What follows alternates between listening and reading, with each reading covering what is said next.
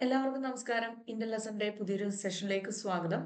നമ്മൾ ഇന്ന് കുറച്ച് സമയം കൊണ്ട് കുറച്ച് ക്വസ്റ്റ്യൻസിലൂടെ അത്രയും ക്വസ്റ്റ്യൻസുമായിട്ട് ബന്ധപ്പെട്ട ടോപ്പിക്ക് ഫുള്ള് കവർ ചെയ്യാന്നുള്ള ലക്ഷ്യത്തോടു കൂടിയാണ് ഈ വീഡിയോ ചെയ്യുന്നത്. അപ്പോൾ എല്ലാ അധ്യാപക സുഹൃത്തുക്കൾക്കും ഒരിക്കൽ കൂടി ഞാൻ എൻ്റെ ക്ലാസ്സിലേക്ക് സ്വാഗതം ചെയ്യുന്നു. നമുക്ക് ക്വസ്റ്റ്യനിലേക്ക് പോകാം ആദ്യം. ഒരു പ്രദേശത്തിന്റെ ഭൂപടം തയ്യാറാക്കുന്നതിലും സംഗീത ഉപകരണങ്ങൾ ഉപയോഗിക്കുന്നതിലും മിടുക്ക് കാണിക്കുന്ന കുട്ടി ഏതെല്ലാം ബഹുമുഖ ബുദ്ധിയാണ് ഇവിടെ പ്രകടമാക്കുന്നത്? എന്താ ക്വസ്റ്റ്യൻ? ഒരു പ്രദേശത്തിന്റെ ഭൂപടം തയ്യാറാക്കുന്നതിലും സംഗീത ഉപകരണങ്ങൾ ഉപയോഗിക്കുന്നതിലും മിടുക്ക് കാണിക്കുന്ന കുട്ടി ഏതെല്ലാം ബഹുമുഖ ബുദ്ധിയാണ് ഇവിടെ പ്രകടമാക്കുന്നത്? അപ്പോൾ ആ ക്വസ്റ്റ്യനിൽ തന്നെ നമുക്ക് ഏത് ടോപ്പിക്കിൽ നിന്നുള്ള ക്വസ്റ്റ്യൻ ആണെന്ന് മനസ്സിലാക്കാൻ സാധിക്കും അല്ലെ? കാരണം ബഹുമുഖ ബുദ്ധിയെ കുറിച്ചാണ് പറഞ്ഞിരിക്കുന്നത്. മൾട്ടിപ്പിൾ ഇന്റലിജൻസ് ആരുടേതാണ് ഈ മൾട്ടിപ്പിൾ ഇന്റലിജൻസ് എന്ന് പറയുന്നത്? ഹവാർഡ് ഗാർട്ട്നറിൻ്റെതാണ് മൾട്ടിപ്പിൾ ഇന്റലിജൻസ് എന്ന് പറയുന്നത്. വളരെ പ്രധാനപ്പെട്ട ഒരു ടോപ്പിക്കാണ്. എല്ലാ എക്സാമിനും നമുക്ക് ഇതിനകത്തുനിന്ന് ഒരു ചോദ്യം ഉണ്ടായിരിക്കും. അപ്പോൾ ഇവിടെ അദ്ദേഹത്തിന്റെ മൾട്ടിപ്പിൾ ഇന്റലിജൻസിൽ പറയുന്നത് എന്താണ്? ഒരു വ്യക്തിയിൽ ഒരു ബുദ്ധിയല്ല, എന്താണ്, നിരവധി ബുദ്ധി ഘടകങ്ങൾ ചേരുന്നതാണ്, നിരവധി ബുദ്ധികളുടെ ഒരു സംയുക്തമാണ് ബുദ്ധി എന്ന് പറയുന്നത് ഒരു വ്യക്തിയിൽ അടങ്ങിയിരിക്കുന്നത്. അപ്പോൾ വെറും ഒരു ഘടകം മാത്രമല്ല, ഒത്തിരി കാര്യങ്ങൾ ചേരുന്നതാണ് ഒരു വ്യക്തിയുടെ ബുദ്ധി എന്ന് പറയുന്നത്. അതിനകത്ത് ഏകദേശം ഒരു 7 ബുദ്ധിയെ കുറിച്ചാണ് ആദ്യം അദ്ദേഹം പറഞ്ഞത്. 7 ബുദ്ധി. അതിനുശേഷം അദ്ദേഹം 8ാമത് ഒരെണ്ണം കൊണ്ടുവന്നു, പിന്നീട് 9ാമത് ഒരെണ്ണം കൊണ്ടുവന്നു. പക്ഷെ അതിനെ അദ്ദേഹം തിരിച്ച് പിന്നീട് പിൻവലിച്ചു 9ാമത് കൊണ്ടുവന്നത്. നമുക്ക് പഠിക്കാനുള്ളത് 8 എണ്ണമാണ് പഠിക്കാനുള്ളത്. ഓക്കെ, അപ്പൊ നോക്കാം. ഈ ക്വസ്റ്റ്യനിലേക്ക് പോവാം. ഒരു പ്രദേശത്തിന്റെ ഭൂപടം തയ്യാറാക്കുന്നതിലും സംഗീത ഉപകരണങ്ങൾ ഉപയോഗിക്കുന്നതിലും എന്ന് പറയുമ്പോൾ അവിടെ എന്താണ്? 2 ബുദ്ധികളെ കുറിച്ചാണ് അവിടെ പറയുന്നത്. ഭൂപടം തയ്യാറാക്കുന്നതുമായിട്ട് ബന്ധപ്പെട്ടും സംഗീത ഉപകരണങ്ങൾ ഉപയോഗിക്കുന്നതുമായിട്ട് ബന്ധപ്പെട്ടും. അപ്പൊ നോക്കുക, ഓപ്ഷൻ ഞാൻ വായിക്കുന്നില്ല, നിങ്ങൾക്ക് കാണാൻ കഴിയുന്നുണ്ടല്ലോ. അപ്പോൾ ആൻസറിലേക്ക് പോവുകയാണ് ഞാൻ. ഏതായിരിക്കും? ഭൂപടം തയ്യാറാക്കണമെങ്കിൽ നമുക്ക് ഏത് ബുദ്ധിയാണ് ഉണ്ടായിരിക്കേണ്ടത്? സ്പേഷ്യൽ ഇന്റലിജൻസ് ആണ്. അങ്ങനെയുള്ള കാര്യങ്ങളൊക്കെ ചെയ്യാൻ വേണ്ടിയിട്ട് സ്പേഷ്യൽ ഇന്റലിജൻസ് ആണ് വേണ്ടത്. അതായത് ദൃശ്യ സ്ഥലപരം, വിഷ്വൽ ആൻഡ് സ്പേഷ്യൽ എന്ന് പറയുമ്പോഴാണ് ദൃശ്യ സ്ഥലപരം. അപ്പൊ ഇവിടെ ഓപ്ഷനിൽ അവര് ദൃശ്യ സ്ഥലപരം എന്നാണ് കൊടുത്തിരിക്കുന്നത്, വിഷ്വൽ ആൻഡ് സ്പേഷ്യൽ ഇന്റലിജൻസ് അല്ലേ. പിന്നെ സംഗീത ഉപകരണങ്ങൾ ഉപയോഗിക്കണമെങ്കിൽ നമ്മൾ എന്തുണ്ടായിരിക്കണം? അധികമായിട്ട് മ്യൂസിക്കൽ ഇന്റലിജൻസ്, അതായത് സംഗീതാത്മക ബുദ്ധി അല്ലെങ്കിൽ താളാത്മക ബുദ്ധി ഉണ്ടായിരിക്കണം. അപ്പോൾ ഈ ഓപ്ഷനകത്ത് ഓപ്ഷൻ ബി ആണ് ആൻസർ. ദൃശ്യസ്ഥലപരമായതും സംഗീതപരമായുമുള്ള ബുദ്ധിയാണ് ഇവിടെ കുട്ടി പ്രകടമാക്കുന്നത്. അതാണ് ആൻസർ എന്ന് പറയുന്നത്. ഓക്കെ ആണെന്ന് കരുതുന്നു. ബാക്കിയുള്ളതൊക്കെയും നമ്മളുടെ ഹവാർഡ് ഗാർട്ട്നറിന്റെ മൾട്ടിപ്പിൾ ഇന്റലിജൻസിൽ പറയുന്നത് തന്നെയാണ്. പക്ഷെ നമുക്കിവിടെ ക്വസ്റ്റ്യൻ അനുസരിച്ച് ചെയ്തു വരണം. ബി ആണ് ആൻസർ എന്ന് പറയുന്നത്. ഓക്കെ ആണെന്ന് കരുതുന്നു. അപ്പൊ നമുക്ക് അതിന്റെ എക്സ്പ്ലനേഷൻ ആണ് പറഞ്ഞേക്കാം. മൾട്ടിപ്പിൾ ഇന്റലിജൻസ് ഹവാർഡ് ഗാർട്ട്നറുടേതാണ് മൾട്ടിപ്പിൾ ഇന്റലിജൻസ്, മറന്നു പോകരുത്. ഓക്കെ, അപ്പൊ അദ്ദേഹം ആദ്യം 7 തരം ബുദ്ധികളെ കുറിച്ച് പറഞ്ഞു. അത് ഏതൊക്കെയാണെന്ന് നമുക്ക് നോക്കാം. ഇപ്പൊ ലിംഗ്വിസ്റ്റിക് ഇന്റലിജൻസ്, അതായത് ഭാഷാപര ബുദ്ധി എന്ന് നമ്മൾ പറയും. ലിംഗ്വിസ്റ്റിക് ഓർ വെർബൽ ഇന്റലിജൻസ് കേട്ടോ, ഭാഷാപര ബുദ്ധി. അപ്പൊ ഇവിടെ ഭാഷ ഉപയോഗിക്കാനുള്ള കഴിവിനെ കുറിച്ചാണ് പറയുന്നത്. അതായത് സംസാരിക്കാനും എഴുതാനും വായിക്കാനും ഒക്കെ അനായാസേന സാധിക്കുന്ന കാര്യത്തെക്കുറിച്ചാണ് പറയുന്നത്. ഉദാഹരണം എഴുത്തുകാർ, കവികൾ, അധ്യാപകർ. ഇപ്പോൾ ഈ നമുക്ക് ഓരോ ബുദ്ധിയെക്കുറിച്ചും ഈ ഭാഗത്തു നിന്ന് ചോദ്യങ്ങൾ സാധാരണ വരാറുള്ളത് ഈ എക്സാമ്പിൾ വെച്ചിട്ടാണ് കേട്ടോ. എഴുത്തുകാര് അല്ലെങ്കിൽ ഇപ്പോ കവിത എന്ന് പറയുന്ന പെൺകുട്ടി ഒരു എഴുത്തുകാരിയാണ്. അവളിൽ ഉള്ള ബുദ്ധി ഏത് എന്നൊക്കെ ചോദിച്ചുകൊണ്ടായിരിക്കും ക്വസ്റ്റ്യൻസ് വരുന്നത്. അപ്പൊ നമുക്ക് ഇവിടുന്ന് ആപ്ലിക്കേഷൻ ലെവലിലൊക്കെ അങ്ങനെ ചോദ്യങ്ങൾ വരാറുണ്ട്. അപ്പോൾ ഓരോന്നും എക്സാമ്പിളും കൂടെ നിങ്ങൾ മനസ്സിലാക്കി വെക്കുക. ഓക്കെ, ഇപ്പൊ ഭാഷ ഉപയോഗിക്കുന്ന കഴിവ്, സംസാരിക്കുക, എഴുതുക, വായിക്കുക എന്നുള്ളതാണ് പ്രധാനമായും. ഉദാഹരണം എഴുത്തുകാര്, കവികൾ, അധ്യാപകര് തുടങ്ങിയവർക്ക് നന്നായിട്ട് ഭാഷ കൈകാര്യം ചെയ്യാൻ സാധിക്കുന്നു അല്ലെ. ഇനി അടുത്തതെന്ന് പറയുന്നത് ലോജിക്കൽ ആൻഡ് മാത്തമാറ്റിക്കൽ ഇന്റലിജൻസ്, യുക്തിപരവും ഗണിതപരവുമായിട്ടുള്ള ബുദ്ധിയാണ്. അതായത് യുക്തിപൂർവ്വം ചിന്തിക്കുക, പ്രശ്നങ്ങളെ പരിഹരിക്കുക, സംഖ്യകൾ മനസ്സിലാക്കുക തുടങ്ങിയ കാര്യങ്ങളൊക്കെ ചെയ്യണമെങ്കിൽ നമുക്ക് ഈ ഒരു ഇന്റലിജൻസ് ഉണ്ടായിരിക്കണം ഇല്ലേ. ഇതിന് ഏറ്റവും ഇത്തരം ഇന്റലിജൻസ് ഏറ്റവും കൂടുതലുള്ളത് ആർക്കൊക്കെയാണ്? ശാസ്ത്രജ്ഞർ, ഗണിതജ്ഞർ, പ്രോഗ്രാമേഴ്സ്, അതായത് കമ്പ്യൂട്ടർ പ്രോഗ്രാമേഴ്സിനൊക്കെയാണ്. ഇനി അടുത്തത് എന്താണ്? സ്പേഷ്യൽ ഇന്റലിജൻസ് എന്ന് പറയുന്നു ഇല്ലേ. ദൃശ്യസ്ഥലപര ബുദ്ധി എന്ന് പറയും. ഇതാണ് നമ്മളുടെ ചോദ്യത്തിൽ വന്നത് അല്ലെ. ദൃശ്യസ്ഥലപര ബുദ്ധി, അതായത് ചിത്രങ്ങൾ, ആകൃതികൾ, ദിശകൾ എന്നിവയൊക്കെ മനസ്സിലാക്കാനുള്ള കഴിവ്. ഇപ്പൊ ഒരു പിക്ചർ കണ്ടാൽ അതെന്താണ്, അത് ആകൃതി കണ്ടാൽ അതെങ്ങനെയാണ്, ഇത് മനസ്സിലാക്കുക. പിന്നെ മാപ്പ്, അതിൽ ഓരോ മാപ്പ് നോക്കിയിട്ട് അത് കാര്യങ്ങൾ മനസ്സിലാക്കുക, ദിശ മനസ്സിലാക്കുക തുടങ്ങിയ കഴിവൊക്കെ ഉള്ളത് ഈ സ്പേഷ്യൽ ഇന്റലിജൻസ്, സ്ഥലബോധം നമുക്ക് ഉണ്ടാകണമെങ്കിൽ എന്താണ് സ്പേഷ്യൽ ഇന്റലിജൻസ്, സ്ഥലബോധം എന്ന ഒരു എന്താണ് ഗുണം വികസിപ്പിക്കാൻ ഈ സ്പേഷ്യൽ ഇന്റലിജൻസ് ഉണ്ടെങ്കിലാണ് അതൊക്കെ കൂടുതലായിട്ട് വികസിക്കുക. അപ്പോൾ ഉദാഹരണം ആർക്കിടെക്റ്റുകൾ, പിന്നെ ആരാണ് ഡ്രൈവേഴ്സ്, ആർട്ടിസ്റ്റുകൾ, അതേപോലെ തന്നെ ശില്പികളുണ്ടല്ലോ, അവരിലൊക്കെ ഉള്ളതാണ് ഈ സ്പേഷ്യൽ ഇന്റലിജൻസ് എന്ന് പറയുന്നത്. കാരണം അവർക്കൊരു സ്ഥലം കണ്ടു കഴിഞ്ഞാൽ അതിനെ എങ്ങനെ യൂട്ടിലൈസ് ചെയ്യുക, എത്രമാത്രം മനോഹരമാക്കാം എന്നൊക്കെയുള്ള ആർക്കിടെക്റ്റിന് മനസ്സിലാകും അല്ലേ. അതിനെ എന്താ എത്രമാത്രം നമുക്കതിനെ ഏറ്റവും ബ്യൂട്ടിഫുൾ ആക്കി എടുക്കാം, അല്ലെങ്കിൽ ആ സ്ഥലത്തിന്റെ പ്രത്യേകത മനസ്സിലാക്കാൻ സാധിക്കുന്നത്. അതേപോലെ ഡ്രൈവർമാരുടെ പ്രത്യേകത എന്താണ്, ഒരു പ്രദേശത്തേക്ക് അവർ യാത്ര ചെയ്താൽ വീണ്ടും എത്ര നാൾ കഴിഞ്ഞാലും അവരത് മറക്കില്ല വഴിയൊക്കെ ഇല്ലേ.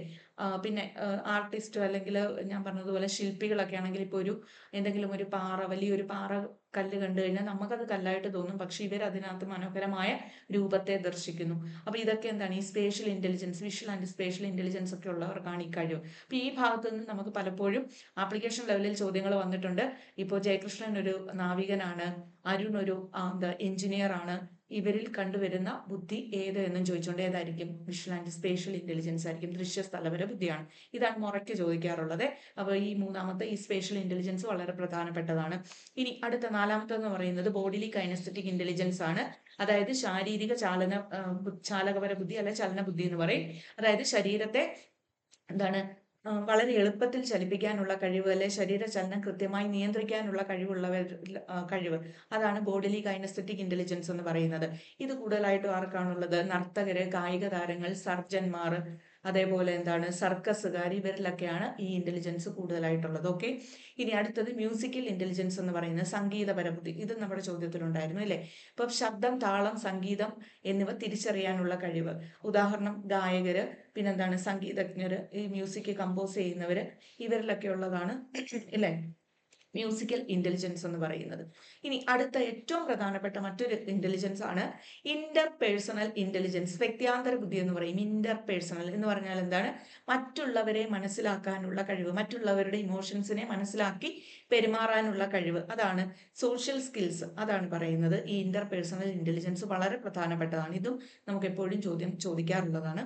എക്സാമ്പിൾ അധ്യാപകര്, കൗൺസിലർമാര്, നേതാക്കള്, അതേപോലെ വ്യവസായ സംരംഭകർ, ഇവരെയൊക്കെ പറയാം. വ്യവസായ സംരംഭകരെ പറയുന്നത് എന്തുകൊണ്ടാണ്, നമ്മൾ കസ്റ്റമറിന്റെ കസ്റ്റമർ ഒരു പ്രോഡക്റ്റിനെ കുറിച്ച് മനസ്സിൽ ഓർക്കുമ്പോൾ തന്നെ അവർ ഇത് സർവേ വഴി മനസ്സിലാക്കുകയും അത് മാർക്കറ്റിൽ അവർ അവൈലബിൾ ആക്കുകയും ചെയ്യും. അതുകൊണ്ട് അവർക്കും ഏതുണ്ട്, ഈ ഇന്റർപേഴ്സണൽ ഇന്റലിജൻസ് ഉള്ളതായിട്ട് നമുക്ക് മനസ്സിലാക്കാൻ സാധിക്കും. അപ്പോൾ ഏറ്റവും പ്രധാനപ്പെട്ട ഒരു ഇന്റലിജൻസ് ആണ് ഇന്റർപേഴ്സണൽ. ഇതും എപ്പോഴും ഈ വ്യക്തിയാന്തര ബുദ്ധി എന്നുള്ള ചോദ്യവും നമുക്ക് വരുന്നതാണ്, അതും പഠിക്കണം. മനസ്സിലായോ. അടുത്തതെന്ന് പറയുന്നത് ഇൻട്രാപേഴ്സണൽ. ഇന്റർപേഴ്സണൽ പോലെ തന്നെ വളരെ ഇമ്പോർട്ടന്റ് ആണ്, ഏറ്റവും കൂടുതൽ ചോദിച്ചിട്ടുള്ളതുമാണ് ഇൻട്രാപേഴ്സണൽ ഇന്റലിജൻസ്, ആന്തരിക വൈയക്തിക ബുദ്ധി എന്ന് പറയും.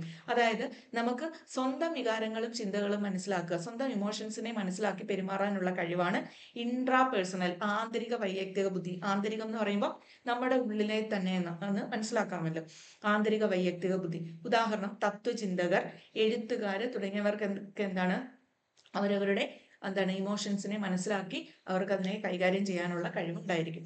അപ്പൊ നേരത്തെ ഞാൻ പറഞ്ഞ ഇന്റർപേഴ്സണലും ഇൻട്രാപേഴ്സണൽ ഇന്റലിജൻസും കൂടി ഉണ്ടെങ്കിൽ ഒരു വ്യക്തിക്ക് ജീവിത വിജയത്തിന് മറ്റൊന്നും വേണ്ട ഇല്ലേ. ഈ രണ്ട് ബുദ്ധിശക്തികളും ഉണ്ടെങ്കിൽ ആ വ്യക്തി നന്നായി ജീവിതത്തിൽ ശോഭിക്കുമെന്നാണ് ഈ ഹവാർഡ് ഗാർഡ്നർ പറയുന്നത്. മനസ്സിലായോ. അപ്പോ ഈ രണ്ട് ബുദ്ധികളെയും ചേർത്ത്, അതായത് ഇന്റർപേഴ്സണൽ ഇന്റലിജൻസിനെയും ഇൻട്രാപേഴ്സണൽ ഇന്റലിജൻസിനെയും ചേർത്ത് പറയുന്നത് ഹവാർഡ് ഗാർഡ്നർ വിളിച്ചത് പേഴ്സണൽ ഇന്റലിജൻസ് എന്നാണ് കേട്ടോ. വ്യക്തിപര ബുദ്ധി, പേഴ്സണൽ ഇന്റലിജൻസ്. അപ്പോൾ ഒരു വ്യക്തിയുടെ ജീവിത വിജയത്തിന് ഏറ്റവും അത്യന്താപേക്ഷിതമായ രണ്ട് ബുദ്ധികൾ ഏതൊക്കെയെന്ന് ചോദിച്ചാൽ ഇന്റർപേഴ്സണലും ഇൻട്രാപേഴ്സണലുമാണ്. അടുത്തത് നാച്ചുറലിസ്റ്റിക് ഇന്റലിജൻസ് ആണ്, അതായത് പ്രകൃതിപര ബുദ്ധി. ഈ 7 കഴിഞ്ഞ് 8ാമത് അദ്ദേഹം കൊണ്ടുവന്ന ഇതാണ് നാച്ചുറലിസ്റ്റിക് ഇന്റലിജൻസ്, പ്രകൃതിപര ബുദ്ധി. എന്ന് വെച്ചാൽ പ്രകൃതിയിലെ സവിശേഷതകൾ നോക്കിക്കാണുക, സസ്യമൃഗജാലങ്ങളെ വീക്ഷിക്കുക, അവയെ മനസ്സിലാക്കുക തുടങ്ങിയ കാര്യങ്ങൾ ചെയ്യണമെങ്കിൽ നമുക്ക് ഈ നാച്ചുറലിസ്റ്റിക് ഇന്റലിജൻസ് ഉണ്ടായിരിക്കണം അല്ലേ. ഉദാഹരണം കർഷകർ, കൃഷി ചെയ്യാൻ താല്പര്യമുള്ളവർ, ശാസ്ത്രജ്ഞർ, പരിസ്ഥിതി പ്രവർത്തകർ, അതേപോലെ എന്താണ് പൂന്തോട്ട നിർമ്മാണം നടത്തുന്നവർ, ഇവരിലൊക്കെ ഉള്ളതാണ് ഈ നാച്ചുറലിസ്റ്റിക് ഇന്റലിജൻസ് എന്ന് പറയുന്നത്. ഓക്കെ ആണെന്ന് കരുതുന്നു. ഞാൻ പറഞ്ഞ 9ാമതൊരെണ്ണം അദ്ദേഹം കൊണ്ടുവന്നിട്ട് പിന്നീട് അദ്ദേഹം പിൻവലിച്ചത് എക്സിസ്റ്റൻഷ്യൽ ഇന്റലിജൻസ് എന്ന് പറയുന്ന ഒന്നാണ് കേട്ടോ. എക്സിസ്റ്റൻഷ്യൽ എന്ന് പറഞ്ഞാൽ അസ്തിത്വപര ബുദ്ധി എന്ന് പറയും. അതായത് ഇപ്പൊ ഞാൻ ആരാണ്, എന്റെ ജന്മ ഉദ്ദേശം എന്താണ് എന്നൊക്കെയുള്ള ചോദ്യങ്ങൾ മനസ്സിൽ ചോദിച്ചിട്ട് അതിനുള്ള ഉത്തരങ്ങൾ തേടുക എന്നൊക്കെ പറയത്തില്ലേ, അതാണ് ഈ ഋഷിമാരെ പോലെയൊക്കെ ഉള്ള ചിന്താഗതിയുള്ളവർ. അത് അദ്ദേഹം പിന്നീട് പിൻവലിച്ചു. അപ്പൊ നമുക്ക് ഇത് 8 പ്രധാനമായിട്ടും വേണ്ടത്. അതിൽ visual and spatial, Inter personal, intra personal, ഈ 3 ഭാഗത്തുനിന്നും സ്ഥിരമായിട്ട് നമുക്ക് ചോദ്യം ചോദിക്കുന്നതാണ് ഈ 3 ഇന്റലിജൻസും. ഓക്കെ ആണല്ലോ. അപ്പൊ ഹവാർഡ് ഗാർഡനറിന്റെ മൾട്ടിപ്പിൾ ഇന്റലിജൻസ് എന്ന് പറയുന്നത് ഇത്രയുമാണ്. ക്ലിയർ ആണെന്ന് കരുതുന്നു. പിന്നെ ഒരു കാര്യം കൂടെ പറയട്ടെ. ഹവാർഡ് ഗാർഡനറിന്റെ പ്രശസ്തമായ ഒരു പുസ്തകമുണ്ട്, ഇന്റലിജൻസ് റീഫ്രെയിംഡ് എന്നും പറഞ്ഞിട്ട്. എന്താണ്? ഇന്റലിജൻസ് റീഫ്രെയിംഡ് എന്നാണ് ആ പുസ്തകത്തിന്റെ പേര് കേട്ടോ. Intelligence reframed. 1999 അത് പബ്ലിഷ് ചെയ്തത് കേട്ടോ. 1999. അതും കൂടി ഒന്ന് ഓർത്ത് വെച്ചേക്കുക. അത് പരീക്ഷയ്ക്ക് പലതവണ ചോദിച്ചിട്ടുള്ളതാണ്. ഇത്രയും കാര്യങ്ങൾ ഓക്കെ ആണെന്ന് കരുതുന്നു. നമുക്ക് അടുത്ത ചോദ്യത്തിലേക്ക് പോകാം. ചുവടെ നൽകിയിരിക്കുന്നവയിൽ കൂട്ടത്തിൽ പെടാത്തത് ഏത് എന്നാണ് ചോദ്യം. താഴെ കൊടുത്തിരിക്കുന്ന ഓപ്ഷൻസിനകത്ത് കൂട്ടത്തിൽ പെടാത്തത് ഏത്? ഒന്ന് റോഷാക്ക് മഷിയോപ്പ് പരീക്ഷ, ബി തീമാറ്റിക് അപ്പർസെപ്ഷൻ ടെസ്റ്റ് അല്ലെങ്കിൽ ടാറ്റ്, സി പദ സഹചരത്വ പരീക്ഷ, ഡി സഞ്ചിത രേഖ. നോക്കുക, ഇതിനകത്തൊരു 3 ഓപ്ഷൻ എന്ന് പറയുന്നത് എന്താണ്? പ്രൊജക്റ്റീവ് ടെക്നിക്സ് ആണ്. ഡി എന്ന് പറയുന്നത് സഞ്ചിത രേഖ എന്താണ്? പ്രൊജക്റ്റീവ് ടെക്നിക് അല്ല. അത് നമ്മുടെ അസസ്മെന്റുമായിട്ട് ബന്ധപ്പെട്ടതാണ്, ഇവാലുവേഷനും ഒക്കെ ആയിട്ട് ബന്ധപ്പെട്ടതാണ്. അതായത് സ്കൂളിൽ ടീച്ചർ കുട്ടിയുടെ എന്താണ് ഒരു വിദ്യാഭ്യാസ ചരിത്ര രേഖപ്പെടുത്തുന്നതാണ് ഈ സഞ്ചിത രേഖ. ക്യുമുലേറ്റീവ് റെക്കോർഡ് എന്ന് നമ്മൾ പറയും ഇല്ലേ? ക്യുമുലേറ്റീവ് റെക്കോർഡ്, അതാണ് സഞ്ചിത രേഖ.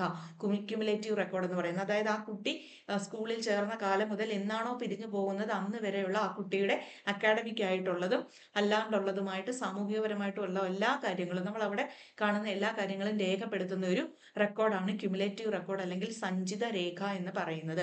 വിദ്യാഭ്യാസ ചരിത്ര രേഖ എന്ന് പറയും. മനസ്സിലായോ? അതാണ് ഈ പറഞ്ഞേക്കുന്ന ഓപ്ഷൻ എന്ന് പറയുന്നത്. അപ്പൊ ബാക്കിയെല്ലാം എന്താണ്? പ്രൊജക്റ്റീവ് ടെക്നിക്സുമായിട്ട് ബന്ധപ്പെട്ടതാണ്. എന്താണ് മക്കളെ പ്രൊജക്റ്റീവ് ടെക്നിക്സ് എന്ന് പറഞ്ഞാൽ? എന്താണ്? ഒരു വ്യക്തിയുടെ ഉള്ളിലുള്ള, അതായത് അബോധത്തിലുള്ള ചിന്തകളെ കുറിച്ച് നമുക്ക് മനസ്സിലാക്കുന്നതിന് വേണ്ടി നമ്മൾ നടത്തുന്ന ഒരു ടെക്നിക്കാണ്. അയാളുടെ അബോധ മനസ്സിൽ എന്താണ് എന്നറിയുന്നതിന് വേണ്ടിയിട്ട് നടത്തുന്ന ടെക്നിക്കാണ്.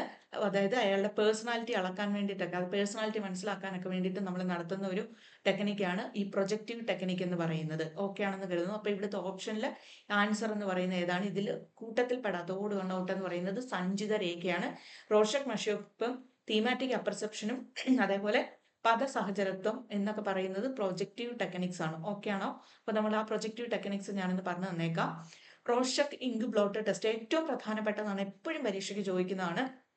അതായത് ഇത് വികസിപ്പിച്ചത് ഹെർമൻ റോഷക് ആണ് കേട്ടോ. ഹെർമൻ റോഷക്. അപ്പൊ ഈ മഷി രൂപങ്ങൾ എന്ന് പറയും റോഷക് ഇങ്ക് ബ്ലോട്ട് ടെസ്റ്റ്. അതായത് 4-5 കളറിലെ മഷി ഉപയോഗിച്ചുകൊണ്ട് ഒരു പേപ്പറിൽ ആ മഷി ഉപയോഗിച്ചൊരു ഇതുണ്ട്, ഇങ്ങനെ കുടഞ്ഞിട്ട് അതിങ്ങനെ മടക്കി കഴിഞ്ഞിട്ട് പിന്നീട് നോക്കുമ്പോൾ പല രൂപങ്ങൾ തെളിയത്തില്ല. അപ്പൊ ആ രൂപം നിങ്ങൾക്ക് എന്ത് രൂപമായിട്ടാണ് തോന്നുന്നതെന്ന് നമ്മൾ ആരുടെയാണോ പേഴ്സണാലിറ്റി അളക്കേണ്ട അയാളെ കാണിക്കും. അപ്പൊ അയാൾ അത് ഇന്ന രൂപം എന്ന് അയാൾക്ക് തോന്നുന്ന രൂപം പറയാം. അപ്പൊ അത് വെച്ചിട്ടാണ് അയാളുടെ മനസ്സിൽ എന്താണെന്നുള്ള കാര്യം, നമ്മളുടെ ഉള്ളിൽ എന്താണോ, നമ്മൾ എങ്ങനെയാണോ, നമ്മളുടെ ചിന്ത എന്താണോ അതനുസരിച്ചാണ് നമ്മൾ ഓരോന്നിനെയും എന്ത് ചെയ്യുന്നത്, നോക്കി നമ്മൾ അതിനെ കാണുന്നത്. മനസ്സിലായോ? അപ്പൊ അത് മനസ്സിലാക്കാനായിട്ടുള്ളതാണ് ഈ ഹെർമൻ റോഷക് വികസിപ്പിച്ച റോഷക് ഇങ്ക് ബ്ലോട്ട് ടെസ്റ്റ് എന്ന് പറയുന്നത്. മഷി രൂപങ്ങൾ.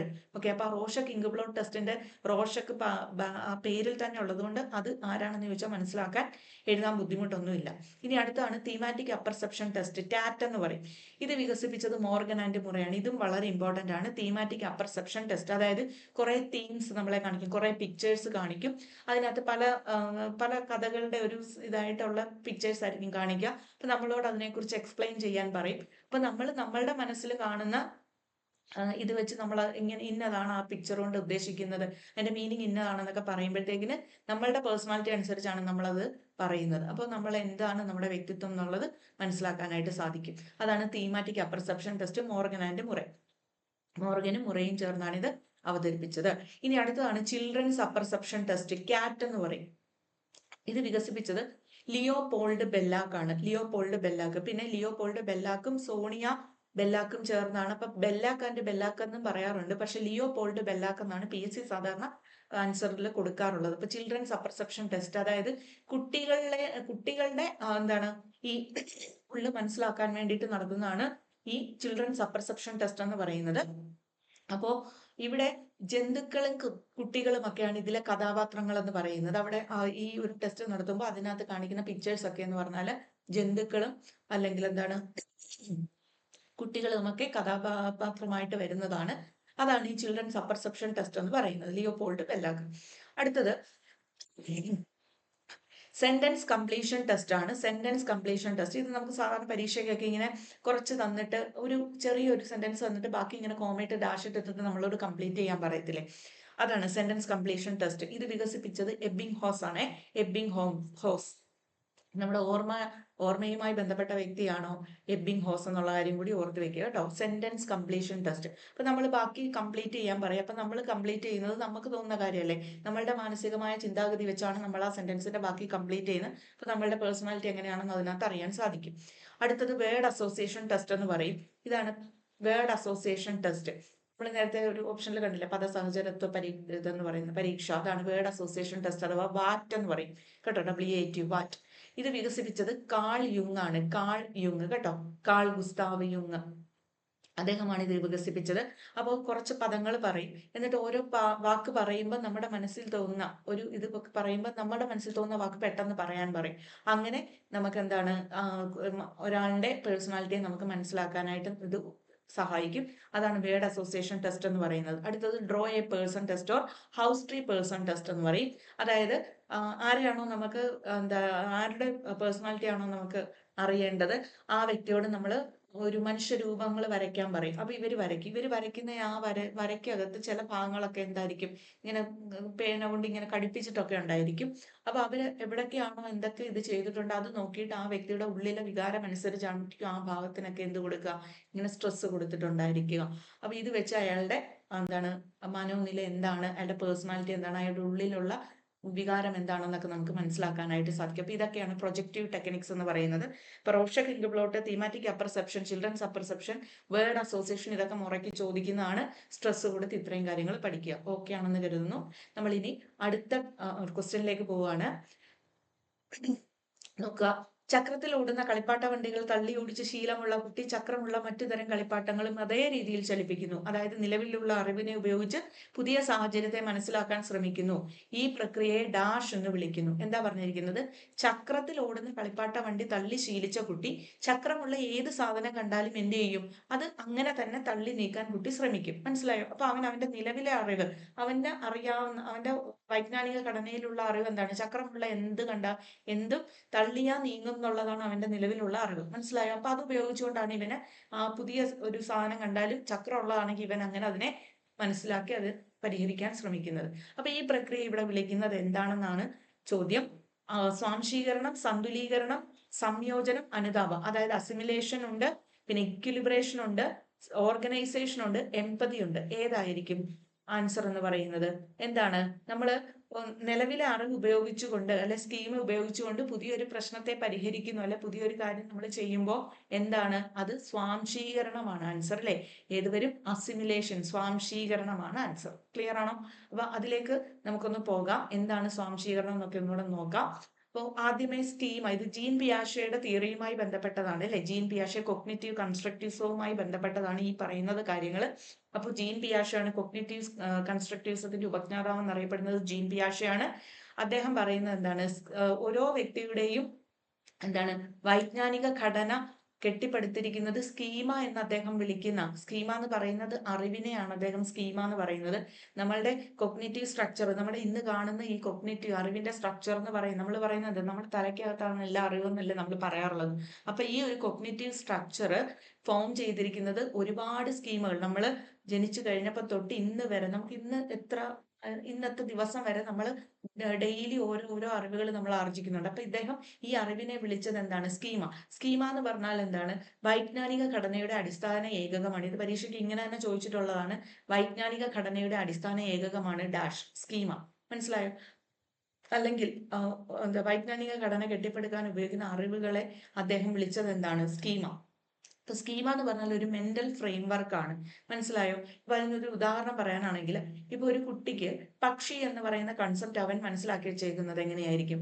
രണ്ട് ചിറകുണ്ട്, പറക്കുന്ന സാധനമാണ്, പിന്നെ എന്താണ്, വളരെ ചെറുതായിരിക്കും, അത് കൂവും, അങ്ങനെ ശബ്ദമുണ്ടാക്കുന്നതാണ് എന്നൊക്കെയാണ് പക്ഷി എന്ന ഒരു എന്താ വസ്തുവിനെ കുറിച്ച് ഒരു കുഞ്ഞ് മനസ്സിലാക്കി വെച്ചേക്കുന്നത്. അപ്പൊ അങ്ങനെയുള്ള സാധനത്തിന് ചിറകുള്ള എന്തിനെ കണ്ടാലും ഇവൻ എന്താണ്, പക്ഷി എന്നുള്ള ഇതിനകത്ത് അത് ഇങ്ങനെയാണെന്നുള്ളതാണ് അവന്റെ മെന്റൽ ഫ്രെയിം വർക്ക് എന്ന് പറയുന്നത്. മനസ്സിലായോ?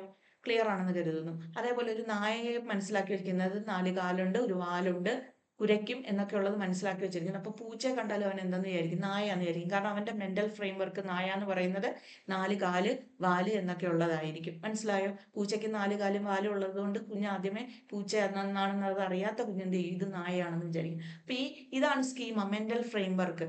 മനസ്സിലായോ? അപ്പൊ പുതിയ ഒരു അറിവിനെ നമ്മൾ ഇങ്ങോട്ടേക്ക് സ്വീകരിക്കുമ്പോൾ, അതായത് പുതിയ അറിവും പഴയ അറിവും തമ്മിൽ ഇൻകോർപ്പറേറ്റ് ചെയ്യുക. മനസ്സിലായോ? അതിനെ നമ്മൾ അസിമിലേഷൻ എന്ന് പറയും. ഇപ്പൊ ഈ സ്കീം എന്താണെന്ന് പറഞ്ഞാൽ എന്താണ്, ഒരു ബേസിക് ആയിട്ടുള്ള എന്താണ്, ബേസിക് യൂണിറ്റ് ഓഫ് നോളജ് ആണ് സ്കീമ എന്ന് പറയുന്നത് കേട്ടോ. വൈജ്ഞാനിക ഘടനയുടെ അടിസ്ഥാന ഏകകമാണ് സ്കീമ. ഇങ്ങനെ നിരവധി സ്കീമകൾ ചേർന്ന് ചേർന്ന് നമ്മളുടെ ഇന്ന് കാണുന്ന രൂപത്തിലുള്ള നമ്മളുടെ കൊഗ്നിറ്റീവ് സ്ട്രക്ചർ, ഇത്രയും സ്ട്രോങ് ആയിട്ടുള്ള, നമ്മൾക്ക് 1ാം ക്ലാസ്സിൽ പഠിക്കുമ്പോൾ ഉള്ള കൊഗ്നിറ്റീവ് സ്ട്രക്ചർ ആണോ ഇപ്പോഴുള്ളത്? അല്ല. ഇത്രയും നാളുകൊണ്ട് നമ്മൾ ആർജിച്ച അറിവുകളെല്ലാം ചേർന്ന് ചേർന്ന് നിരവധി സ്കീമുകൾ ഇങ്ങനെ ആർജിച്ച് ഇതെല്ലാം ഇങ്ങനെ കണക്ട് ചെയ്ത് എന്താണ്, ഒരു നല്ല സ്ട്രോങ് ആയിട്ടുള്ള ഒരു കൊഗ്നിറ്റീവ് സ്ട്രക്ചർ നമുക്ക് ഫോം ചെയ്തിട്ടുണ്ട്. ഇങ്ങനെ ഫോം ചെയ്യുന്നതിനെയാണ് ഓർഗനൈസേഷൻ എന്ന് പറയുന്നത്. മനസ്സിലായോ?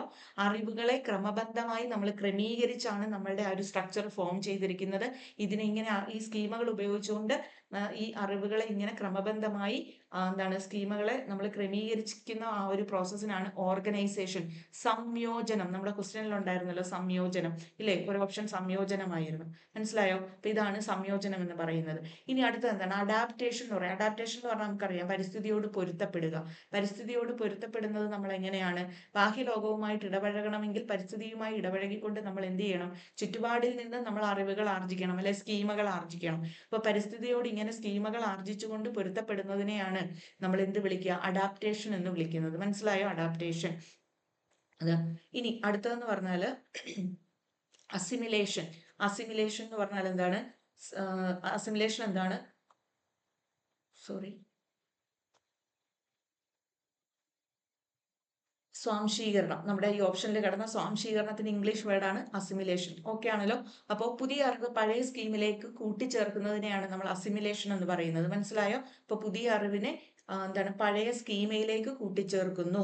അതായത് ഇൻകോർപ്പറേഷൻ ഓഫ് ന്യൂ ഇൻഫർമേഷൻ, അല്ലെ new knowledge into existing knowledge, അല്ലെങ്കിൽ ഓൾഡ് നോളജ്. അതാണ് അസിമിലേഷൻ, അല്ലെ സ്വാംശീകരണം എന്ന് പറയുന്നത്. വേറൊരു രീതിയിൽ പറഞ്ഞാൽ എന്താണ്, നമ്മളുടെ നിലവിലുള്ള അറിവ് ഉപയോഗിച്ചുകൊണ്ട് പുതിയൊരു സാഹചര്യത്തിൽ നമ്മൾ അതിനെ ഉപയോഗിക്കുന്നു, അല്ലെങ്കിൽ ഒരു പ്രശ്നത്തെ പരിഹരിക്കുന്നു. അതാണ് ഈ എക്സാമ്പിളിൽ നമ്മൾ പറഞ്ഞത്. ആ ചക്രം ഉള്ള വണ്ടി തള്ളി ശീലമുള്ള കുട്ടി, അത് ചക്രം ഉള്ളതെല്ലാം ഓടുമെന്നുള്ളത് അവന്റെ പഴയ സ്കീമയാണ്. അത് വെച്ചുകൊണ്ട് പുതിയൊരു സംഭവം കണ്ടപ്പോഴും ഇവൻ എന്ത് ചെയ്യുന്നു? തള്ളി ഇങ്ങനെ അതിനെ ഓടിക്കാനായിട്ട് ശ്രമിക്കുന്നു. അതാണ് ഇവിടെ പറഞ്ഞിരിക്കുന്നത് അസിമിലേഷൻ. പുതിയ അറിവ് പഴയ സ്കീമയിലേക്ക് കൂട്ടിച്ചേർക്കുക. ഓക്കെ ആണെന്ന് കരുതുന്നു. അടുത്തത് അക്കോമഡേഷൻ എന്ന് പറയും. സംസ്ഥാപനം. അക്കോമഡേഷൻ, സംസ്ഥാപനം. അതല്ലെങ്കിൽ എന്താണ്, അധിനിവേശം, സന്നിവേശം എന്നൊക്കെ നമുക്ക് പറയാം കേട്ടോ. അപ്പൊ ഈ പുതിയ അറിവിനായി പഴയ സ്കീമയിൽ മാറ്റം വരുത്തുന്നതിനെയാണ് നമ്മൾ അക്കോമഡേഷൻ എന്ന് പറയുന്നത്. മനസ്സിലായോ? പുതിയ അറിവിനായിട്ട് പഴയ സ്കീമയിൽ മാറ്റം വരുന്നു. ഇപ്പൊ അതിന് നമ്മുടെ ഈ എക്സാമ്പിൾ തന്നെ ഉദാഹരണമായിട്ട് ഞാൻ എടുക്കുകയാണ്. ഇവിടെ ചക്രത്തിൽ ഓടുന്ന കളിപ്പാട്ട വണ്ടി തള്ളി ശീലമുള്ള കുട്ടി ചക്രമുള്ള എന്തിനേയും തള്ളി അവൻ അങ്ങനെ അത് പരിഹരിക്കാൻ ശ്രമിക്കുന്നു. ചക്രം ഉണ്ടെങ്കിലും ചില കളിപ്പാട്ടങ്ങൾ ചിലപ്പോൾ കീ കൊടുത്താലായിരിക്കും ഓടുന്നത്, അല്ലെ ബാറ്ററി ഇട്ടാലായിരിക്കും ഓടുന്നത്. ശരിയല്ലേ? നമ്മൾ ബാറ്ററി ഇട്ട ഒരു കാറ് ആ കുട്ടിയുടെ കയ്യിൽ കൊടുത്ത് ഇവൻ എന്ത് ചെയ്യും? ഇവൻ മനസ്സിലാക്കി വെച്ചേക്കുന്നത് എന്താണ്? ചക്രമുള്ള എല്ലാം തള്ളിക്കഴിഞ്ഞ് ഇങ്ങനെ തള്ളി വിട്ടാൽ അങ്ങ് ഓടിക്കോളൂ എന്നുള്ളതാണ്. അപ്പൊ അതാണ് അവന്റെ പഴയ സ്കീമ. അപ്പൊ നമ്മൾ കൊടുത്തത് എന്താണ്? ബാറ്ററി ഇടുമ്പോൾ ഓടുന്നതാണ്, അല്ലെ കീ കൊടുക്കുമ്പോൾ ഓടുന്ന കാറാണ് കൊടുത്തത്. കുട്ടിക്ക് ഇത് അറിഞ്ഞുകൂടാ. കുട്ടി എന്ത് ചെയ്യും? ചക്രം ഉണ്ടല്ലോ എന്നും പറഞ്ഞ് തള്ളിവിടും. അത് ഓടുവോ? ഓടത്തില്ല. അപ്പൊ എന്ത് ചെയ്യും? അവൻ അസ്വസ്ഥമാവുകയും കരയുകയും ചെയ്യും. നമ്മൾ ഇടപെട്ടിട്ട് ഇങ്ങനെയല്ല, ഇത് കീ കൊടുത്താൽ ഓടുന്ന കാറാണെന്ന് നമ്മൾ കാണിച്ചു കൊടുക്കും. മനസ്സിലായോ? അപ്പൊ അവന്റെ പഴയ സ്കീമയിൽ മാറ്റം വന്നു. അപ്പൊ ചക്രം ഉണ്ടതുകൊണ്ട് മാത്രം കാര്യമില്ല, ഇങ്ങനെ കീ കൊടുത്താലും ഓടുന്ന കാർ ഉണ്ട് എന്ന് കുട്ടി മനസ്സിലാക്കുന്നു. അതാണ് എന്ത്? അക്കോമഡേഷൻ എന്ന് പറയുന്നത്. പുതിയൊരു അറിവ് അവന് കിട്ടി. അപ്പൊ അവന്റെ പഴയ അറിവിൽ എന്ത് വന്നു? മാറ്റം വന്നു. മനസ്സിലായോ? അപ്പൊ പഴയ അറിവിൽ നവീകരണം സംഭവിക്കുന്നതിനെയാണ് അക്കോമഡേഷൻ എന്ന് പറയുന്നത്. ക്ലിയർ ആണെന്ന് കരുതുന്നു, ഓക്കെ ആണെന്ന് കരുതുന്നു. ഇനി നമുക്ക് അടുത്ത ചോദ്യത്തിലേക്ക് പോകാം. വളരെ പ്രധാനപ്പെട്ടതാണ്, ഇതെല്ലാം നിങ്ങൾ നോക്കി വെക്കുക. ഓക്കെ, അപ്പൊ ഈ സ്കീമ, ഓർഗനൈസേഷൻ, ഇങ്ങനെയുള്ള കാര്യങ്ങളുമായിട്ട് ബന്ധപ്പെട്ട് പിയാഷയുടെ ആ സ്റ്റേജസ് ഓഫ് ഡെവലപ്മെന്റ് ഒഴിച്ച് അദ്ദേഹം പറഞ്ഞിരിക്കുന്ന കാര്യങ്ങൾ, ആ പ്രധാനപ്പെട്ട കാര്യങ്ങളെല്ലാം നമ്മൾ ഇതിനകത്ത് പറഞ്ഞിട്ടുണ്ട്. ഓക്കെ, ഇനി അടുത്ത ചോദ്യം, നമ്മുടെ വികാരങ്ങളെ തിരിച്ചറിയുക, വികാരങ്ങളെ നിയന്ത്രിക്കുക, ബന്ധങ്ങൾ കൈകാര്യം ചെയ്യാനുള്ള കഴിവ്, ഇവ മൂന്നും എന്തുമായി ബന്ധപ്പെട്ടിരിക്കുന്നു? നമ്മുടെ വികാരങ്ങളെ തിരിച്ചറിയുക എന്ന് പറയുമ്പോൾ നമ്മുടെ ഇമോഷൻസിലെ ഇമോഷൻസിനെ മനസ്സിലാക്കുക, അതിനെ കൺട്രോൾ ചെയ്യുക, അതെല്ലാം ബന്ധങ്ങൾ കൈകാര്യം ചെയ്യാനുള്ള കഴിവ്. ഈ മൂന്ന് കാര്യങ്ങളും ഏതുമായിട്ടാണ് ബന്ധപ്പെട്ടിരിക്കുന്നത്? വ്യക്തിയാന്തര ബുദ്ധി, ആന്തരിക വൈയക്തിക ബുദ്ധി, വൈകാരിക ബുദ്ധി, പ്രകൃതിപരമായ ബുദ്ധി. എന്തൊക്കെ കാര്യങ്ങൾ ഇവിടെ ചോദിച്ചിരിക്കുന്നത്? വികാരങ്ങളെ തിരിച്ചറിയുക, ഇമോഷനെ തിരിച്ചറിയുക എന്ന് പറയുമ്പോൾ നിങ്ങൾ ഓടിപ്പോയി ഇൻട്രാ പേഴ്സണൽ ആണെന്ന് വിചാരിക്കും. അപ്പൊ അടുത്തത് കോമായിട്ട് തന്നിട്ടുണ്ട്, വികാരങ്ങളെ കൺട്രോൾ ചെയ്യുന്ന കാര്യം പറഞ്ഞിട്ടുണ്ട്, ഇല്ലേ? അതും ഒരുപക്ഷെ പറയും. പക്ഷെ ബന്ധങ്ങൾ കൈകാര്യം ചെയ്യുന്നു എന്ന് പറയുമ്പോൾ വ്യക്തിയാന്തര ബുദ്ധിയും അവിടെ വരും. ഇന്റർ പേഴ്സണൽ ഇന്റലിജൻസ് ഉണ്ടെങ്കിലാണ് അത് മറ്റുള്ളവരുമായിട്ടുള്ള കാര്യങ്ങളല്ലേ, മനസ്സിലായി? അപ്പൊ രണ്ട് ഓപ്ഷനും കൂടെ നമുക്ക് പറയാൻ പറ്റുമോ? ഇല്ല, ഇത് രണ്ടും ചേരുന്നതാണ് ഏത്? വൈകാരിക ബുദ്ധി എന്ന് പറയുന്നത്. അപ്പൊ അവിടെ ആൻസർ ഏതാണ്? ഇമോഷണൽ ഇന്റലിജൻസ് ആണ്. അപ്പൊ ഇമോഷണൽ ഇന്റലിജൻസുമായി ബന്ധപ്പെട്ട ഒരു ചോദ്യമാണ് ഈ നാലാമത്തെ ഈ ചോദ്യം എന്ന് പറയുന്നത്. ഓക്കെ മക്കളെ, ഇമോഷണൽ ഇന്റലിജൻസിന്റെ ഉപജ്ഞാതാവ് ആരാണ്? ഡാനിയൽ ഗോൾമാൻ ആണ്, അല്ലെ? ഡാനിയൽ ഗോൾമാൻ ആണ് ഇമോഷണൽ ഇന്റലിജൻസ്. അപ്പൊ ആ കാര്യങ്ങൾ ഞാനൊന്ന് പറഞ്ഞോട്ടെ. ഇമോഷണൽ ഇന്റലിജൻസ്, വൈകാരിക ബുദ്ധി എന്ന് പറയും, അല്ലെ? ഈ വൈകാരിക ബുദ്ധി എന്ന ആശയം ആദ്യമായി അവതരിപ്പിച്ചത് ആരാണെന്ന് അറിയാമോ? പീറ്റർ സലോവയും ജോൺ മെയറും ചേർന്നാണ്. അത് ശ്രദ്ധിച്ചോളുക. വൈകാരിക ബുദ്ധി എന്ന ആശയം ആദ്യമായി അവതരിപ്പിച്ചത് പീറ്റർ സലോവയും ജോൺ മെയറും ചേർന്നാണ്. എന്നാൽ വൈകാരിക ബുദ്ധിയുടെ ഉപജ്ഞാതാവ് ആരാണെന്ന് ചോദിച്ചാൽ ഡാനിയൽ ഗോൾമാനെയാണ് പറയേണ്ടത്, കേട്ടോ. വൈകാരിക ബുദ്ധിയുടെ ഉപജ്ഞാതാവ് ഡാനിയൽ ഗോൾമാൻ ആണ്. ആ ആശയം ആദ്യമായി അവതരിപ്പിച്ചത് പീറ്റർ സലോവയും ജോൺ മെയറും ചേർന്നാണ്. അന്ന് അതിന് വലിയ ലോക പ്രശസ്തിയൊന്നും ഉണ്ടായിരുന്നില്ല. ഡാനിയൽ ഗോൾമാൻ തന്റെ ഇമോഷണൽ ഇന്റലിജൻസ് എന്നുള്ള പുസ്തകം പബ്ലിഷ് ചെയ്തതോടുകൂടിയാണ് ഈ ഇമോഷണൽ ഇന്റലിജൻസിന് ഇത്രയധികം പ്രചാരം ലഭിച്ചത്. അതുകൊണ്ട് ഡാനിയൽ ഗോൾമാനെയാണ് ഇതിന്റെ ഉപജ്ഞാതാവായിട്ട് കണക്കാക്കുന്നത്. ക്ലിയർ ആണെന്ന് കരുതുന്നു. അപ്പോ ഈ ഡാനിയൽ ഗോൾമാന്റെ വളരെ പ്രശസ്തമായ ബുക്കുകൾ മൂന്നെണ്ണം ഞാൻ കൊടുത്തിട്ടുണ്ട്. ഇമോഷണൽ ഇന്റലിജൻസ് ആണ് ഏറ്റവും പ്രധാനപ്പെട്ടത്. അതിന്റെ വർഷവും പലതവണ ചോദിച്ചിട്ടുണ്ട്. 1995 ഇമോഷണൽ ഇന്റലിജൻസ് എന്ന പുസ്തകം ഡാനിയൽ ഗോൾമാൻ പബ്ലിഷ് ചെയ്തത്, കേട്ടല്ലോ. ഇന്റലിജൻസ് റീഫ്രെയിംഡ് ആയിരുന്നതായിരുന്നു ഹവാർഡ് ഗാർഡനറുടേതാണ് 1999. ഇത് ഇമോഷണൽ ഇന്റലിജൻസ് ആണ്. അത് ആ പേര് കേൾക്കുമ്പോൾ തന്നെ അറിയാലോ, ഡാനിയൽ ഗോൾമാൻ 1995. ഓക്കെ, അടുത്തത് സോഷ്യൽ ഇന്റലിജൻസ്. അത് 2006 പബ്ലിഷ് ചെയ്തതാണ്. പിന്നെ അടുത്തൊരു പ്രധാനപ്പെട്ട ബുക്കാണ് the hidden driver of excellence 2013. Emotional intelligence എപ്പോഴും ചോദിക്കാറുള്ളതാണ്, കേട്ടോ. അപ്പോൾ ഇവിടെ നിന്ന് ഇത് പഠിച്ചു വയ്ക്കുക. ഇനി അടുത്ത അതുമായിട്ട് ബന്ധപ്പെട്ട് നമുക്ക് പഠിക്കാനുള്ളതെന്ന് പറഞ്ഞാൽ വൈകാരിക ബുദ്ധി, ഇമോഷണൽ ഇന്റലിജൻസിന്റെ പ്രധാനപ്പെട്ട ഫാക്ടേഴ്സ്, ഘടകങ്ങൾ ഏതൊക്കെയാണെന്നുള്ളതാണ്. ഓക്കെ, ഒരു 5 ഘടകങ്ങളെ കുറിച്ച് പറയുന്നുണ്ട്. അതും പ്രധാനമാണ്, കേട്ടോ. സെൽഫ് അവെയർനെസ് എന്ന് പറയുമ്പോൾ നമ്മുടെ ആത്മബോധം, സ്വന്തം വികാരങ്ങളെ തിരിച്ചറിയുക, അല്ലേ? അടുത്തത് സെൽഫ് റെഗുലേഷൻ എന്ന് പറയുമ്പോൾ വികാരങ്ങളെ നിയന്ത്രിക്കുക. ദെൻ മോട്ടിവേഷൻ എന്ന് പറഞ്ഞാൽ എന്താണ്?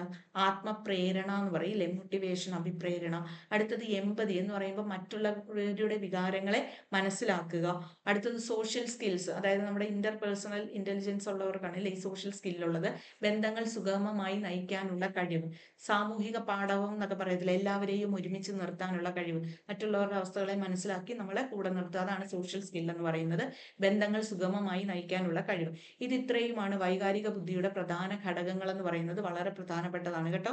Self awareness, self regulation, motivation, empathy, social skill. Malayalam എന്ന് പറയുന്നത് സെൽഫ് അവെയർനെസ് എന്ന് പറഞ്ഞാൽ ആത്മബോധം, സെൽഫ് റെഗുലേഷൻ ആത്മനിയന്ത്രണം, മോട്ടിവേഷൻ എന്ന് പറഞ്ഞാൽ ആത്മപ്രേരണ, അല്ലെ അഭിപ്രേരണ, അല്ലെ പ്രചോദനം എന്നൊക്കെ പറയാം. എമ്പതി എന്ന് പറഞ്ഞാൽ എന്താണ്? മറ്റുള്ളവരെ മനസ്സിലാക്കുക, മറ്റുള്ളവരുടെ വികാരങ്ങളെ ഗ്രഹിക്കുക, അതായത് മറ്റുള്ളവരുടെ പ്രശ്നങ്ങളിൽ അനുഭാവപൂർവ്വം ഇടപെടുന്നതിനെയാണ് എമ്പതി എന്ന് പറയുന്നത്. സിമ്പതിയെക്കാട്ടി കൂടുതലായിട്ട് കുറച്ചുകൂടി ഉയർന്ന ഒരു ഇതാണ് എമ്പതി എന്ന് പറയുന്നത്, അല്ലെ? ഒരു ടീച്ചർക്ക് ഏതാണ് വേണ്ടത്? എമ്പതിയാണ് വേണ്ടത്. എന്ന് പറഞ്ഞാൽ കുട്ടിയുടെ പ്രശ്നങ്ങളിൽ സിമ്പതിയോടെ ഇടപെട്ട് അവനെ എന്ത് ചെയ്യുക, അവന്റെ പ്രശ്നങ്ങളെ പരിഹരിക്കാൻ ശ്രമിക്കുക. അതിൽ ഇടപെടുമ്പോഴാണ് നമുക്ക് എമ്പതി ഉണ്ടാകുന്നത്. നോക്കി നിന്ന് സിമ്പതി മാത്രം കാണിച്ചിട്ട് കാര്യമില്ല. ടീച്ചർക്ക് ഉണ്ടായിരിക്കേണ്ടത് എന്താണ്? എമ്പതിയാണ്. ഓക്കെ, അപ്പോൾ ഒരു സോഷ്യൽ സ്കിൽ, അടുത്ത ഏതാണ്? സോഷ്യൽ സ്കിൽ എന്ന് പറയുന്നത് എന്താണ്? ബന്ധങ്ങൾ സുഗമമായി നയിക്കാനുള്ള കഴിവല്ല, സാമൂഹ്യ പാഠവും. ഇത് ഇത്രയുമാണ് വൈകാരിക ബുദ്ധിയുടെ പ്രധാന ഘടകങ്ങൾ എന്ന് പറയുന്നത്. ഓക്കെ ആണല്ലോ. അപ്പൊ ഇമോഷണൽ ഇന്റലിജൻസുമായിട്ട് ബന്ധപ്പെട്ട് നമുക്ക് ഇത്രയും കാര്യങ്ങളാണ് വേണ്ടത്. ഇങ്ങനെ ക്വസ്റ്റ്യൻ വർക്ക്ഔട്ട് ചെയ്ത് ഇങ്ങനെ പറയുമ്പോഴത്തേക്കിന് നിങ്ങൾ ആ ടോപ്പിക്ക് കവർ ചെയ്ത് പോവുകയാണ് ഇവിടെ ചെയ്യുന്നത്. അപ്പൊ നിങ്ങൾക്ക് ഒട്ടും സമയമില്ല എന്നുള്ള ഒരു വിചാരമൊന്നും വേണ്ട. ഇങ്ങനെ പഠിച്ചു പോയാൽ മതി. നിങ്ങൾക്ക് എല്ലാം ആ 30 മാർക്കും നിങ്ങൾക്ക് സ്കോർ ചെയ്യാനായിട്ട് സാധിക്കും. അടുത്തത് സ്കീമുകളുടെ ആന്തരിക പുനർവിന്യാസവും കൂട്ടിച്ചേർക്കലും വഴി ശക്തവും പരസ്പര ബന്ധിതവുമായ ഒരു യാതൃഘടന രൂപം കൊള്ളുന്ന പ്രക്രിയയാണ് ഡാഷ്. എന്താ പറഞ്ഞിരിക്കുന്നത്? സ്കീമകളുടെ ആന്തരിക പുനർവിന്യാസവും കൂട്ടിച്ചേർക്കലും വഴി. ആ കൂട്ടിച്ചേർക്കൽ എന്നൊക്കെ പറയുമ്പോൾ തന്നെ നിങ്ങൾക്ക് ആൻസറിലേക്ക് എത്താൻ സാധിക്കും. ശക്തവും പരസ്പര ബന്ധിതവുമായ ഒരു യാതൃഘടന എന്ന് പറഞ്ഞാൽ അറിവിന്റെ ഘടന രൂപം കൊള്ളുന്ന പ്രക്രിയ. നമ്മുടെ കൊഗ്നിറ്റീവ് സ്ട്രക്ചർ രൂപം കൊള്ളുന്ന പ്രക്രിയയ്ക്ക് പറയുന്ന പേരെന്താണ്? നമ്മൾ നേരത്തെ പറഞ്ഞതാണ് ഇല്ലേ? നോക്കുക, പക്വതയാർജിക്കൽ മെച്ചുറേഷൻ ആണോ, സംയോജനം ഓർഗനൈസേഷൻ ആണോ, സ്വാംശീകരണം അസിമിലേഷൻ ആണോ, സന്തുലീകരണം ഇക്വിലിബ്രേഷൻ ആണോ? നോക്കുക, പക്വതയാർജിക്കൽ എന്ന് പറഞ്ഞാൽ അറിയാലോ, ബയോളജിക്കൽ മെച്ചുറേഷൻ, നമ്മൾ എന്താണ് വളർന്ന് പക്വതയാർജിക്കുന്നത്. സംയോജനം എന്ന് പറഞ്ഞാൽ ഓർഗനൈസേഷൻ, നേരത്തെ നമ്മൾ പറഞ്ഞതാണ്. സ്വാംശീകരണം അസിമിലേഷൻ പറഞ്ഞതാണ്. സന്തുലീകരണം ഇല്ലേ, ഇക്വിലിബ്രേഷൻ എന്ന് പറയും. അപ്പൊ ഉത്തരം എന്ന് പറഞ്ഞോട്ടെ. ഇവിടെ എന്താ ചോദിച്ചേക്കുന്നത്? സ്കീമുകൾ, നിരവധി സ്കീമുകളെ നമ്മൾ കൂട്ടിച്ചേർത്ത് എന്ത് ചെയ്യുന്നു? നമ്മുടെ കൊഗ്നിറ്റീവ് സ്ട്രക്ചർ, നമ്മൾ നേരത്തെ പറഞ്ഞു, വളരെ ശക്തമായ ഒരു കൊഗ്നിറ്റീവ് സ്ട്രക്ചർ നമ്മൾ ഫോം ചെയ്യുന്നതിനെ എന്താ വിളിക്കുക? എന്താ ടീച്ചേഴ്സ് പറയൂ? സംയോജനം എന്നുള്ളതാണ് ഇല്ലേ? സംയോജനം, ഓർഗനൈസേഷൻ, ഓർഗനൈസ് ചെയ്യുന്നു, അതാണ് ആൻസർ എന്ന് പറയുന്നത്. ക്ലിയർ ആണല്ലോ? അപ്പൊ ഇങ്ങനെയൊക്കെ പരീക്ഷയ്ക്ക് ചോദ്യങ്ങൾ വരുന്നതാണ് സംയോജനം ഒക്കെ വെച്ചുകൊണ്ട്. ഇനി ഇത് ഈ ഓപ്ഷനകത്ത് ഒരു സന്തുലീകരണം കിടക്കുന്നത്. സ്വാംശീകരണം നമുക്കറിയാം, പഠിച്ചാണ് അസിമിലേഷൻ. സന്തുലീകരണം എന്ന് പറഞ്ഞാൽ എന്താ? ഇക്വിലിബ്രേഷൻ. അതായത് അക്കോമഡേഷനിലൂടെയും അസിമിലേഷനിലൂടെയും നമ്മൾ എന്ത് ചെയ്യുന്നു? ഇക്വിലിബ്രേഷൻ. അതായത് നമുക്ക് അറിവുണ്ടെങ്കിൽ, ഒരു പ്രശ്നത്തെ പരിഹരിക്കാൻ വേണ്ട അറിവ് നമുക്കുണ്ടെങ്കിൽ നമ്മുടെ മനസ്സ് എന്താണ്? സ്വസ്ഥമാണ്. മനസ്സിലായോ? അപ്പോൾ അതിനെയാണ് ഇക്വിലിബ്രേഷൻ, ആ ബാലൻസിനെയാണ് ഇക്വിലിബ്രേഷൻ എന്ന് പറയുന്നത്. അപ്പൊ അക്കോമഡേഷനിലൂടെയും അസിമിലേഷനിലൂടെയും നമുക്ക് വേണ്ട അറിവിനെ ആർജിച്ച് നമ്മൾ ഒരു ബാലൻസ് കീപ്പ് ചെയ്യുന്നു, അതാണ് സന്തുലീകരണം എന്ന് പറയുന്നത്. മനസ്സിലായോ? അതാണ് സന്തുലീകരണം. ഇപ്പൊ ഉദാഹരണം പറയുകയാണെങ്കിൽ, ഇപ്പൊ നിങ്ങൾ കേട്ടിട്ടുണ്ട് എക്സാമിന് പോകുന്നു, ആദ്യത്തെ ചോദ്യത്തിന്റെ ഉത്തരം നിങ്ങൾക്ക് അറിയാമെങ്കിൽ നിങ്ങളുടെ മനസ്സെന്താണ്? ഒരു ബാലൻസ് സ്റ്റേജിലാണ്, ഇക്വിലിബ്രേഷനിലാണെന്ന് പറയാം. അതിന്റെ ഉത്തരം അറിയത്തില്ലെങ്കിലോ അത് ഡിസ് ഇക്വിലിബ്രിയമാണ്. അതായത് നമ്മുടെ മനസ്സ് അസ്വസ്ഥമാകുന്നു, സന്തുലീകരണത്തിൽ നിന്ന് മാറുന്നു, അതാണ്. ഇപ്പൊ സന്തുലീകരണം എന്ന് പറഞ്ഞാൽ ഇക്വിലിബ്രേഷൻ. അപ്പൊ നമ്മൾ എങ്ങനെയൊക്കെയാണ്? അക്കോമഡേഷനിലൂടെയും അസിമിലേഷനിലൂടെയും അല്ലേ ഈ അറിവൊക്കെ സമ്പാദിച്ചത്? അപ്പൊ accommodation plus assimilation is equal to equilibration എന്ന് പറയാം. ഓക്കെ ആണെന്ന് കരുതുന്നു. അതിന്റെ എക്സ്പ്ലനേഷൻ നമ്മൾ നേരത്തെ പറഞ്ഞതുകൊണ്ട് ഇവിടെ അത് വീണ്ടും പറയേണ്ട ആവശ്യമില്ല. ഇനി വൈഗോട്സ്കി മുന്നോട്ട് വെച്ച ആശയങ്ങളിൽ ഉൾപ്പെടാത്തത് ഏതെന്നുള്ളതാണ് അടുത്ത ചോദ്യം. വൈഗോട്സ്കി മുന്നോട്ട് വെച്ച ആശയങ്ങളിൽ ഉൾപ്പെടാത്തത്, നമ്മുടെ സോഷ്യൽ കൺസ്ട്രക്റ്റിവിസത്തിന്റെ ഉപജ്ഞാതാവാണ് വൈഗോട്സ്കി എന്ന് പറയുന്നത് അല്ലെ? സോഷ്യൽ കൺസ്ട്രക്റ്റിവിസം, അതായത് സാമൂഹ്യ ജ്ഞാന നിർമ്മിതിവാദം. അപ്പോൾ ഇവിടെ ഏതൊക്കെയാണ് ഓപ്ഷൻസ്? സമീപസ്ഥ വികാസ മണ്ഡലം ഇല്ലെ, സോൺ ഓഫ് പ്രോക്സിമൽ ഡെവലപ്മെന്റ്. അടുത്തത് സാമൂഹിക സാംസ്കാരിക പഠന സിദ്ധാന്തം, സോഷ്യോ കൾച്ചറൽ ലേണിംഗ് തിയറി.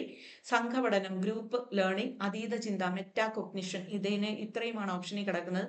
നിങ്ങൾക്ക് ഇത് കാണുമ്പോൾ തന്നെ അറിയാം ഏതായിരിക്കും ആൻസർ എന്ന് പറയുന്നത്. മെറ്റാ കൊഗ്നിഷൻ, അതീത ചിന്ത എന്ന് പറയുന്നത് വൈഗോട്സ്കിയുടെ കോൺസെപ്റ്റേ അല്ല അല്ലെ, വൈഗോട്സ്കിയുടെ ആശയങ്ങളല്ല. ബാക്കിയൊക്കെ വൈഗോട്സ്കിയുടെ ആശയങ്ങളാണ്. അപ്പൊ നമുക്ക് വൈഗോട്സ്കിയെ കുറിച്ചൊന്ന് പഠിക്കാം. അതായത് സോഷ്യൽ കൺസ്ട്രക്റ്റിവിസത്തിന്റെ ഉപജ്ഞാതാവാണ് വൈഗോട്സ്കി. അത് എല്ലാവർക്കും അറിയാവുന്ന കാര്യമാണ് അല്ലെ? സാമൂഹിക ജ്ഞാന നിർമ്മിതിവാദം. നിർമ്മിതിവാദം അല്ലെ കൊഗ്നിറ്റീവ് കൺസ്ട്രക്റ്റിവിസം എന്ന് പറഞ്ഞാൽ എന്താണ്? കുട്ടിക്ക് സ്വയം അറിവ് നിർമ്മിക്കാനുള്ള കഴിവുണ്ട് എന്ന് പറയുന്നതാണ് കൺസ്ട്രക്റ്റിവിസം അല്ലെ? സോഷ്യൽ കൺസ്ട്രക്റ്റിവിസം അല്ലെങ്കിൽ കൊഗ്നിറ്റീവ് കൺസ്ട്രക്റ്റിവിസം എന്ന് പറയുന്നത്. അതിന്റെ കുറച്ചുകൂടി ഒരു നൂതന വിഭാഗമാണ് സോഷ്യൽ കൺസ്ട്രക്റ്റിവിസം എന്ന് പറയുന്നത്. ഇതിന്റെ ഉപജ്ഞാതാവാരാണ്? വൈഗോട്സ്കി ആണ്, ലിയോ വൈഗോട്സ്കി ആണ് ഇല്ലേ? ഇനി ഇദ്ദേഹത്തിന്റെ സിദ്ധാന്തങ്ങളെ സോഷ്യോ കൾച്ചറൽ ലേണിംഗ് തിയറി എന്നാണ് അറിയപ്പെടുന്നത്. സോഷ്യോ കൾച്ചറൽ ലേണിംഗ് തിയറി, സാമൂഹിക സാംസ്കാരിക പഠന സിദ്ധാന്തം എന്ന് വിളിക്കുന്നത് വൈഗോട്സ്കിയുടെ തിയറീസിനെയാണ്.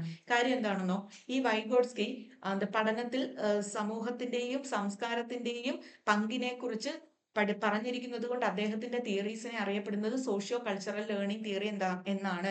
സാമൂഹിക സാംസ്കാരിക പഠന സിദ്ധാന്തം. ഓക്കെ ആണല്ലോ? അടുത്തത് zone of proximal development, ZPD എന്ന് പറയുന്നത് വൈഗോട്സ്കിയുടെ ആശയമാണ് ഇല്ലേ? എന്താണ് സോൺ ഓഫ് പ്രോക്സിമൽ ഡെവലപ്മെന്റ് എന്ന് പറഞ്ഞാൽ? ഒരു വ്യക്തിക്ക് ആരുടെയും സഹായം ഇല്ലാതെ തനിയെ പ്രവർത്തിക്കാവുന്ന ഒരു ലെവലുണ്ട്. അതിനെ നമ്മൾ കറണ്ട് എബിലിറ്റി ലെവൽ എന്ന് വിളിക്കും. ഇനി മറ്റൊരാളുടെ ഹെൽപ്പോട് കൂടി എത്തിച്ചേരാവുന്ന കുറച്ചുകൂടി ഉയർന്ന ഒരു ലെവലുണ്ട് ഇല്ലേ? അതിനെ നമ്മൾ പൊട്ടൻഷ്യൽ എബിലിറ്റി ലെവൽ എന്ന് വിളിക്കും. അപ്പൊ ഈ കറണ്ട് എബിലിറ്റി ലെവലിനും പൊട്ടൻഷ്യൽ എബിലിറ്റി ലെവലിനും ഇടയിലുള്ള സ്പേസിനെയാണ് നമ്മൾ സോൺ ഓഫ് പ്രോക്സിമൽ ഡെവലപ്മെന്റ് എന്ന് പറയുന്നത്. അപ്പോൾ ഒരു പരിചയ സമ്പന്നന്റെ സഹായത്തോടെ ചെയ്യാൻ കഴിയുന്ന ആ പരിധി ഉണ്ടല്ലോ, ആ പരിധിക്കാണ് നമ്മൾ സോൺ ഓഫ് പ്രോക്സിമൽ ഡെവലപ്മെന്റ് എന്ന് പറയുന്നത്. ZPD എന്ന് പറയുന്നത് നമ്മുടെ പൊട്ടൻഷ്യൽ ലേണിംഗ് സോണിനെയാണ് ZPD എന്ന് പറയുന്നത്. ഓക്കെ ആണെന്ന് കരുതുന്നു. ഇനി നോക്കുക, അടുത്ത അദ്ദേഹത്തിന്റെ കൺസെപ്റ്റ് എന്ന് പറയുന്നത് സ്കഫോൾഡിംഗ് ആണ്. സ്കഫോൾഡിംഗ്, കൈത്താങ് എന്ന് പറയത്തില്ലേ ഇല്ലേ? ടീച്ചർ കുട്ടിക്ക് കൊടുക്കുന്നത് എന്താണ്? സ്കഫോൾഡിംഗ് അല്ലേ? കാരണം കൈത്താങ് എന്ന് പറഞ്ഞാൽ എന്താണ്? ഒരു വ്യക്തി തനിയെ നിന്ന് പ്രവർത്തിക്കാൻ തക്ക രീതിയിൽ അവനെ കൊണ്ട് എത്തിക്കുക, അതുവരെ അവനൊരു സഹായം കൊടുക്കുക എന്നുള്ളതാണ്. അവൻ തനിയെ അത് ചെയ്യാൻ പ്രാപ്തമാകുമ്പോൾ നമ്മൾ പതുക്കെ നമ്മളുടെ കൈത്താങ്ങിനെ പിൻവലിക്കുന്നത്. അതായത് നമ്മൾ വീടൊക്കെ വാർക്കുന്ന സമയത്ത് നമ്മൾ എന്ത് കൊടുക്കും? തൂണുകൾ കൊടുത്തിട്ടല്ലേ വാർക്കുന്നത്. അത് സെറ്റ് ആയി കഴിയുമ്പോൾ നമ്മൾ പതുക്കെ എന്ത് ചെയ്യും? ആ കൊടുത്തിരിക്കുന്ന കാലുകളെല്ലാം നമ്മൾ പിൻവലിക്കും.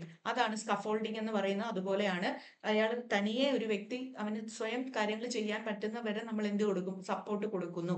മനസ്സിലായോ? ഇതാണ് സ്കഫോൾഡിംഗ്, കൈത്താങ് എന്ന് പറയുന്ന വൈഗോട്സ്കിയുടെ ആശയമാണ്. പക്ഷെ ഇവിടെ ഒരു കാര്യം നിങ്ങൾ ശ്രദ്ധിക്കുക, സ്കഫോൾഡർ എന്നുള്ള ടേം ആദ്യമായിട്ട് കോയിൻഡ് ചെയ്തത് ബ്രൂണർ ആണ് കേട്ടോ.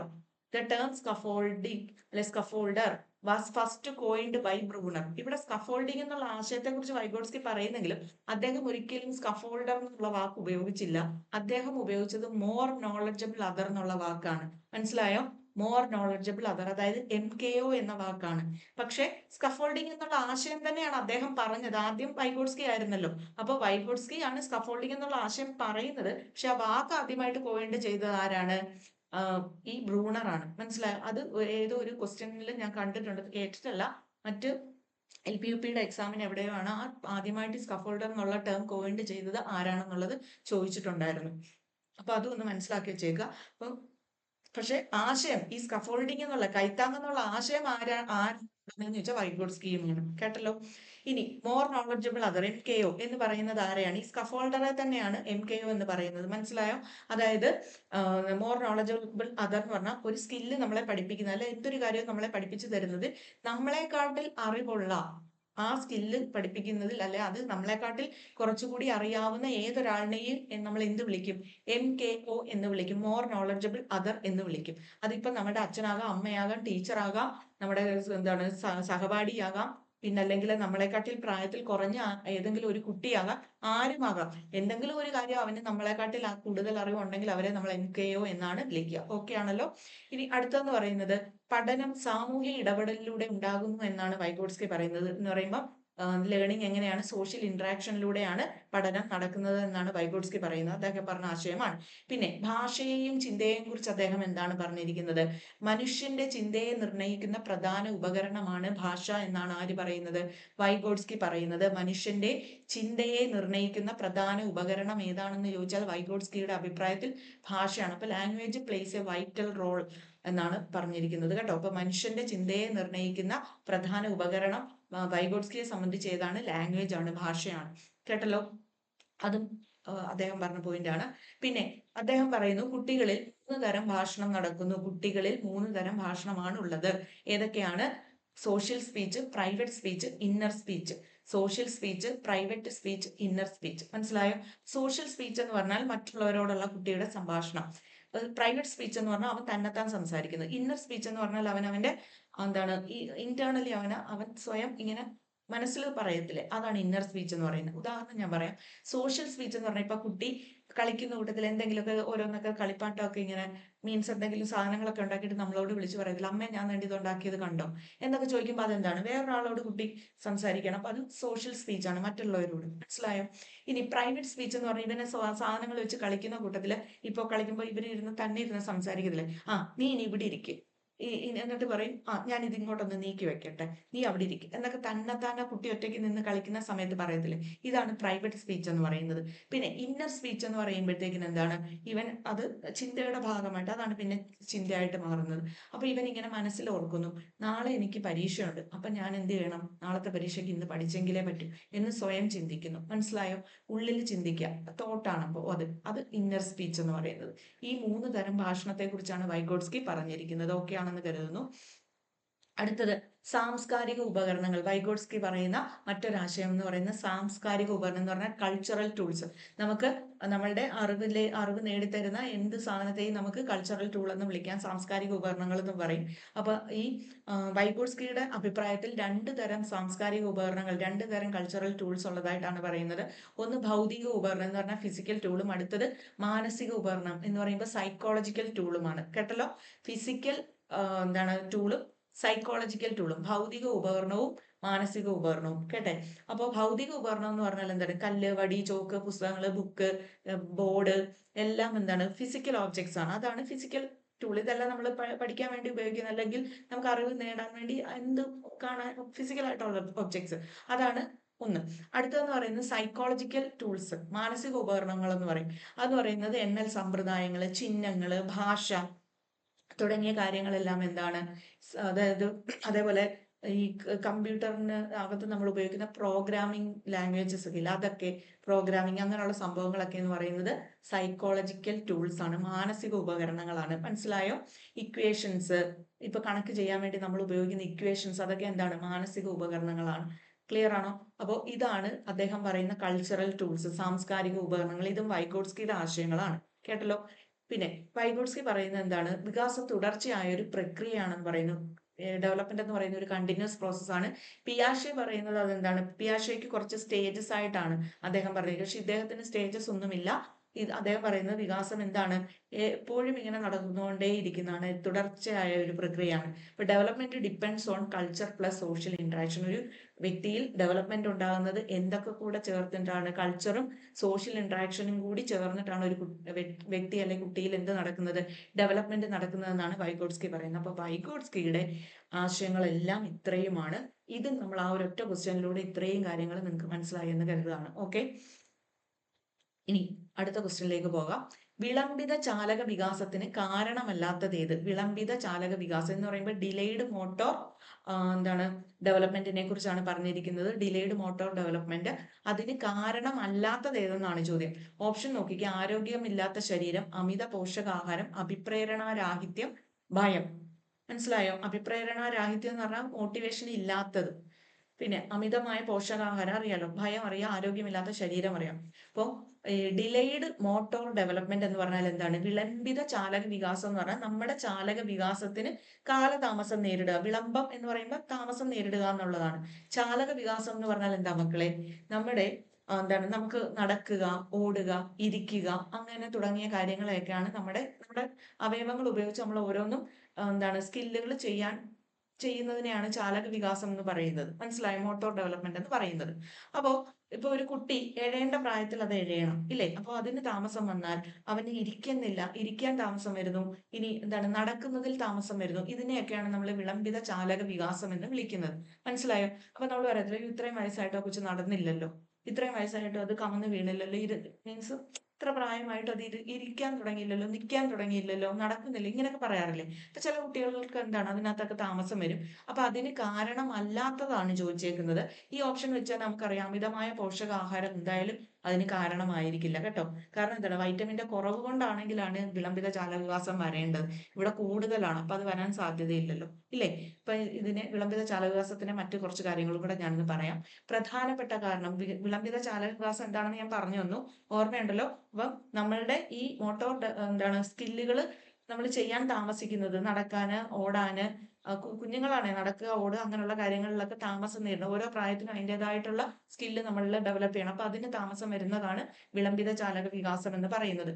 ഇതിന്റെ പ്രധാന കാരണങ്ങൾ എന്ന് പറയുന്നത്, അതായത് ഈ ഒരു സംഭവം ഉണ്ടാകാനുള്ള പ്രധാന കാരണം പ്രീ മെച്യൂരിറ്റി, അതായത് എന്താണ് മാസം തികയുന്നതിന് മുമ്പേ ജനിച്ച കുട്ടിയാണെങ്കിൽ, ആ കുട്ടിക്ക് തൂക്കം കുറവാണെങ്കിൽ, അല്ലെങ്കിൽ അമ്മയ്ക്ക് ഗർഭാവസ്ഥയിൽ പോഷകാഹാരത്തിന്റെ കുറവുണ്ടെങ്കിലോ മറ്റെന്തെങ്കിലും രോഗങ്ങൾ ഉണ്ടെങ്കിലോ ഒക്കെ ഇത് സംഭവിക്കാം.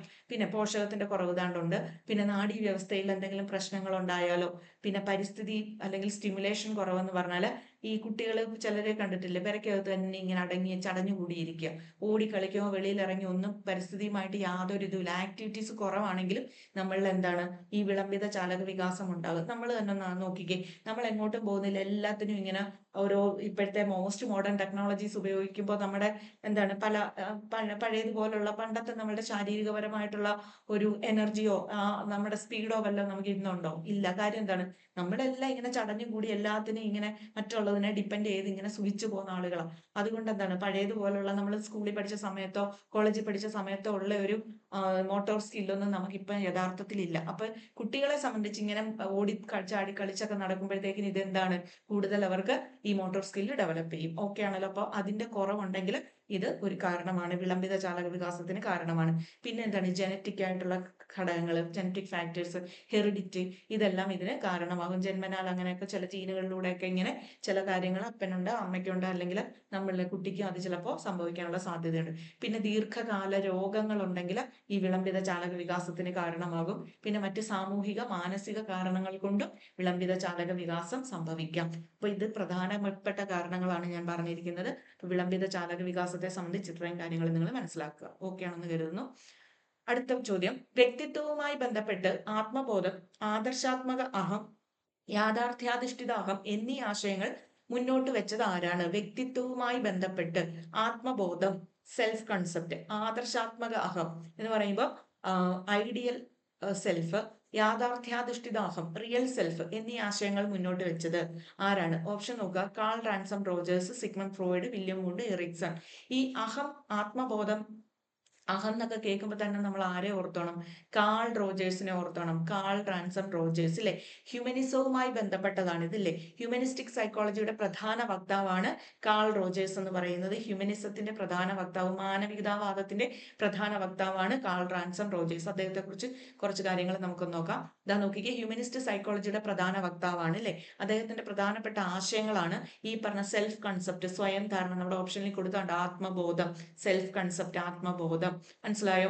അതായത് സ്വന്തം അനുഭവങ്ങൾ, ചിന്തകൾ, വിശ്വാസങ്ങൾ എന്നിവയുടെ മൊത്തം രൂപത്തെയാണ് നമ്മൾ സെൽഫ് കൺസെപ്റ്റ്. അതായത് ഇപ്പോൾ എനിക്ക് എൻ്റെ സെൽഫ് എന്ന് പറഞ്ഞാൽ എന്താണ്? എൻ്റെ അനുഭവം, എൻ്റെ ചിന്ത, എൻ്റെ വിശ്വാസങ്ങൾ, ഇതെല്ലാം ചേർന്ന് വരുന്നതാണ് എൻ്റെ സെൽഫ് എന്ന് പറയുന്നത്. മനസ്സിലായോ? ഇതേപോലെ നിങ്ങളുടെ സെൽഫ്, അങ്ങനെ ഓരോരുത്തർക്കും, അതാണ് സെൽഫ് കൺസെപ്റ്റ് എന്ന് പറയുന്നത്. ഇത് ആരുടെ ആശയമാണ്? കാൾ റോജേഴ്സിൻ്റെതാണ്. ഇനി അദ്ദേഹം പറയുന്നത് ഓരോ വ്യക്തിയുടെയും സെൽഫിന് രണ്ട് കാര്യങ്ങളുണ്ട്, രണ്ട് സെൽഫ് ഉണ്ട്. അതായത് ഒന്ന് റിയൽ സെൽഫും മറ്റൊന്ന് ഐഡിയൽ സെൽഫും.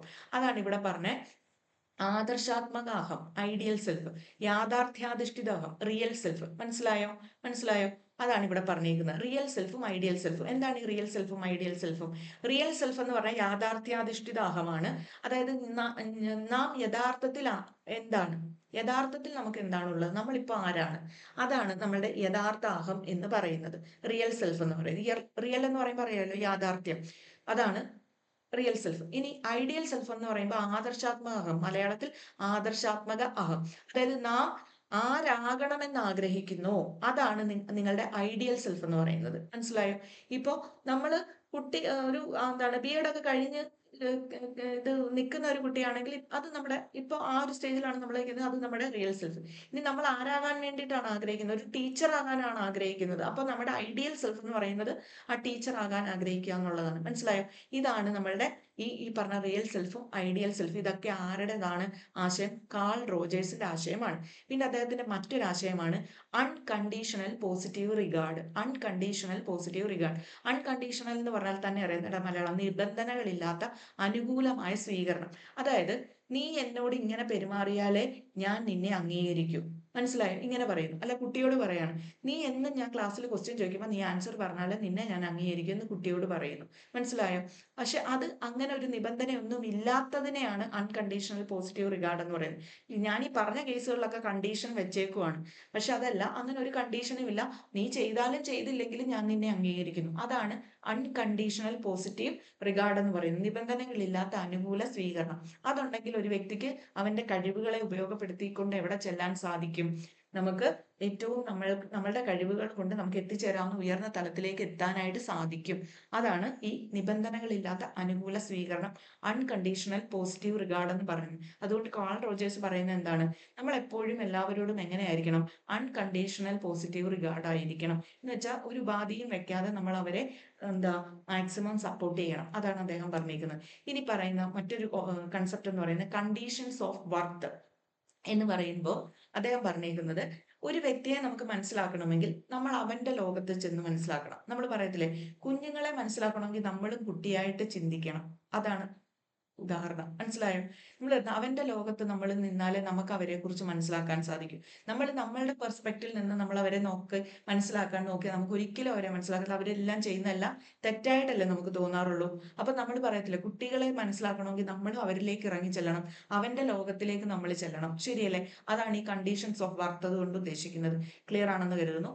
അടുത്തത് പേഴ്സൺ സെന്റേർഡ് തെറാപ്പി. ഏറ്റവും പ്രധാനപ്പെട്ടതാണ്. കാൾ റോജേഴ്സിന്റെ തിയറിയെ സംബന്ധിച്ച് എപ്പോഴും പരീക്ഷയ്ക്ക് ചോദിക്കാറുണ്ട്. പേഴ്സൺ സെന്റേർഡ് തെറാപ്പി തെറാപ്പി അല്ലെങ്കിൽ ക്ലയന്റ് സെന്റേർഡ് തെറാപ്പി, ഇത് റോജേഴ്സ് വികസിപ്പിച്ച ഒരു ചികിത്സാ രീതിയാണ്. അതായത് എന്താണ്, മനഃശാസ്ത്രത്തിൽ അദ്ദേഹം മറ്റുള്ളവരെ ചികിത്സിക്കുന്നതിന് വേണ്ടിയിട്ട്, മനോരോഗികളെയൊക്കെ ചികിത്സിക്കാൻ വേണ്ടി ഉപയോഗിച്ച ചികിത്സാ രീതിയാണ് പേഴ്സൺ സെന്റേർഡ് തെറാപ്പി, വ്യക്തി കേന്ദ്രീകൃത ചികിത്സ എന്ന് മലയാളം കേട്ടല്ലോ. ക്ലയന്റ് സെന്റേർഡ് തെറാപ്പി എന്നൊക്കെ പറയും. അപ്പൊ ഈ ക്ലയന്റ് സെന്റേർഡ് തെറാപ്പിയിൽ അദ്ദേഹം പറയുന്നത്, ഒരു തെറാപ്പിസ്റ്റ് ആ പേഷ്യന്റിന് നൽകേണ്ട 3 കാര്യങ്ങൾ, അതിൽ 3 കോർ കണ്ടീഷൻസിനെ കുറിച്ച് പറയുന്നുണ്ട്.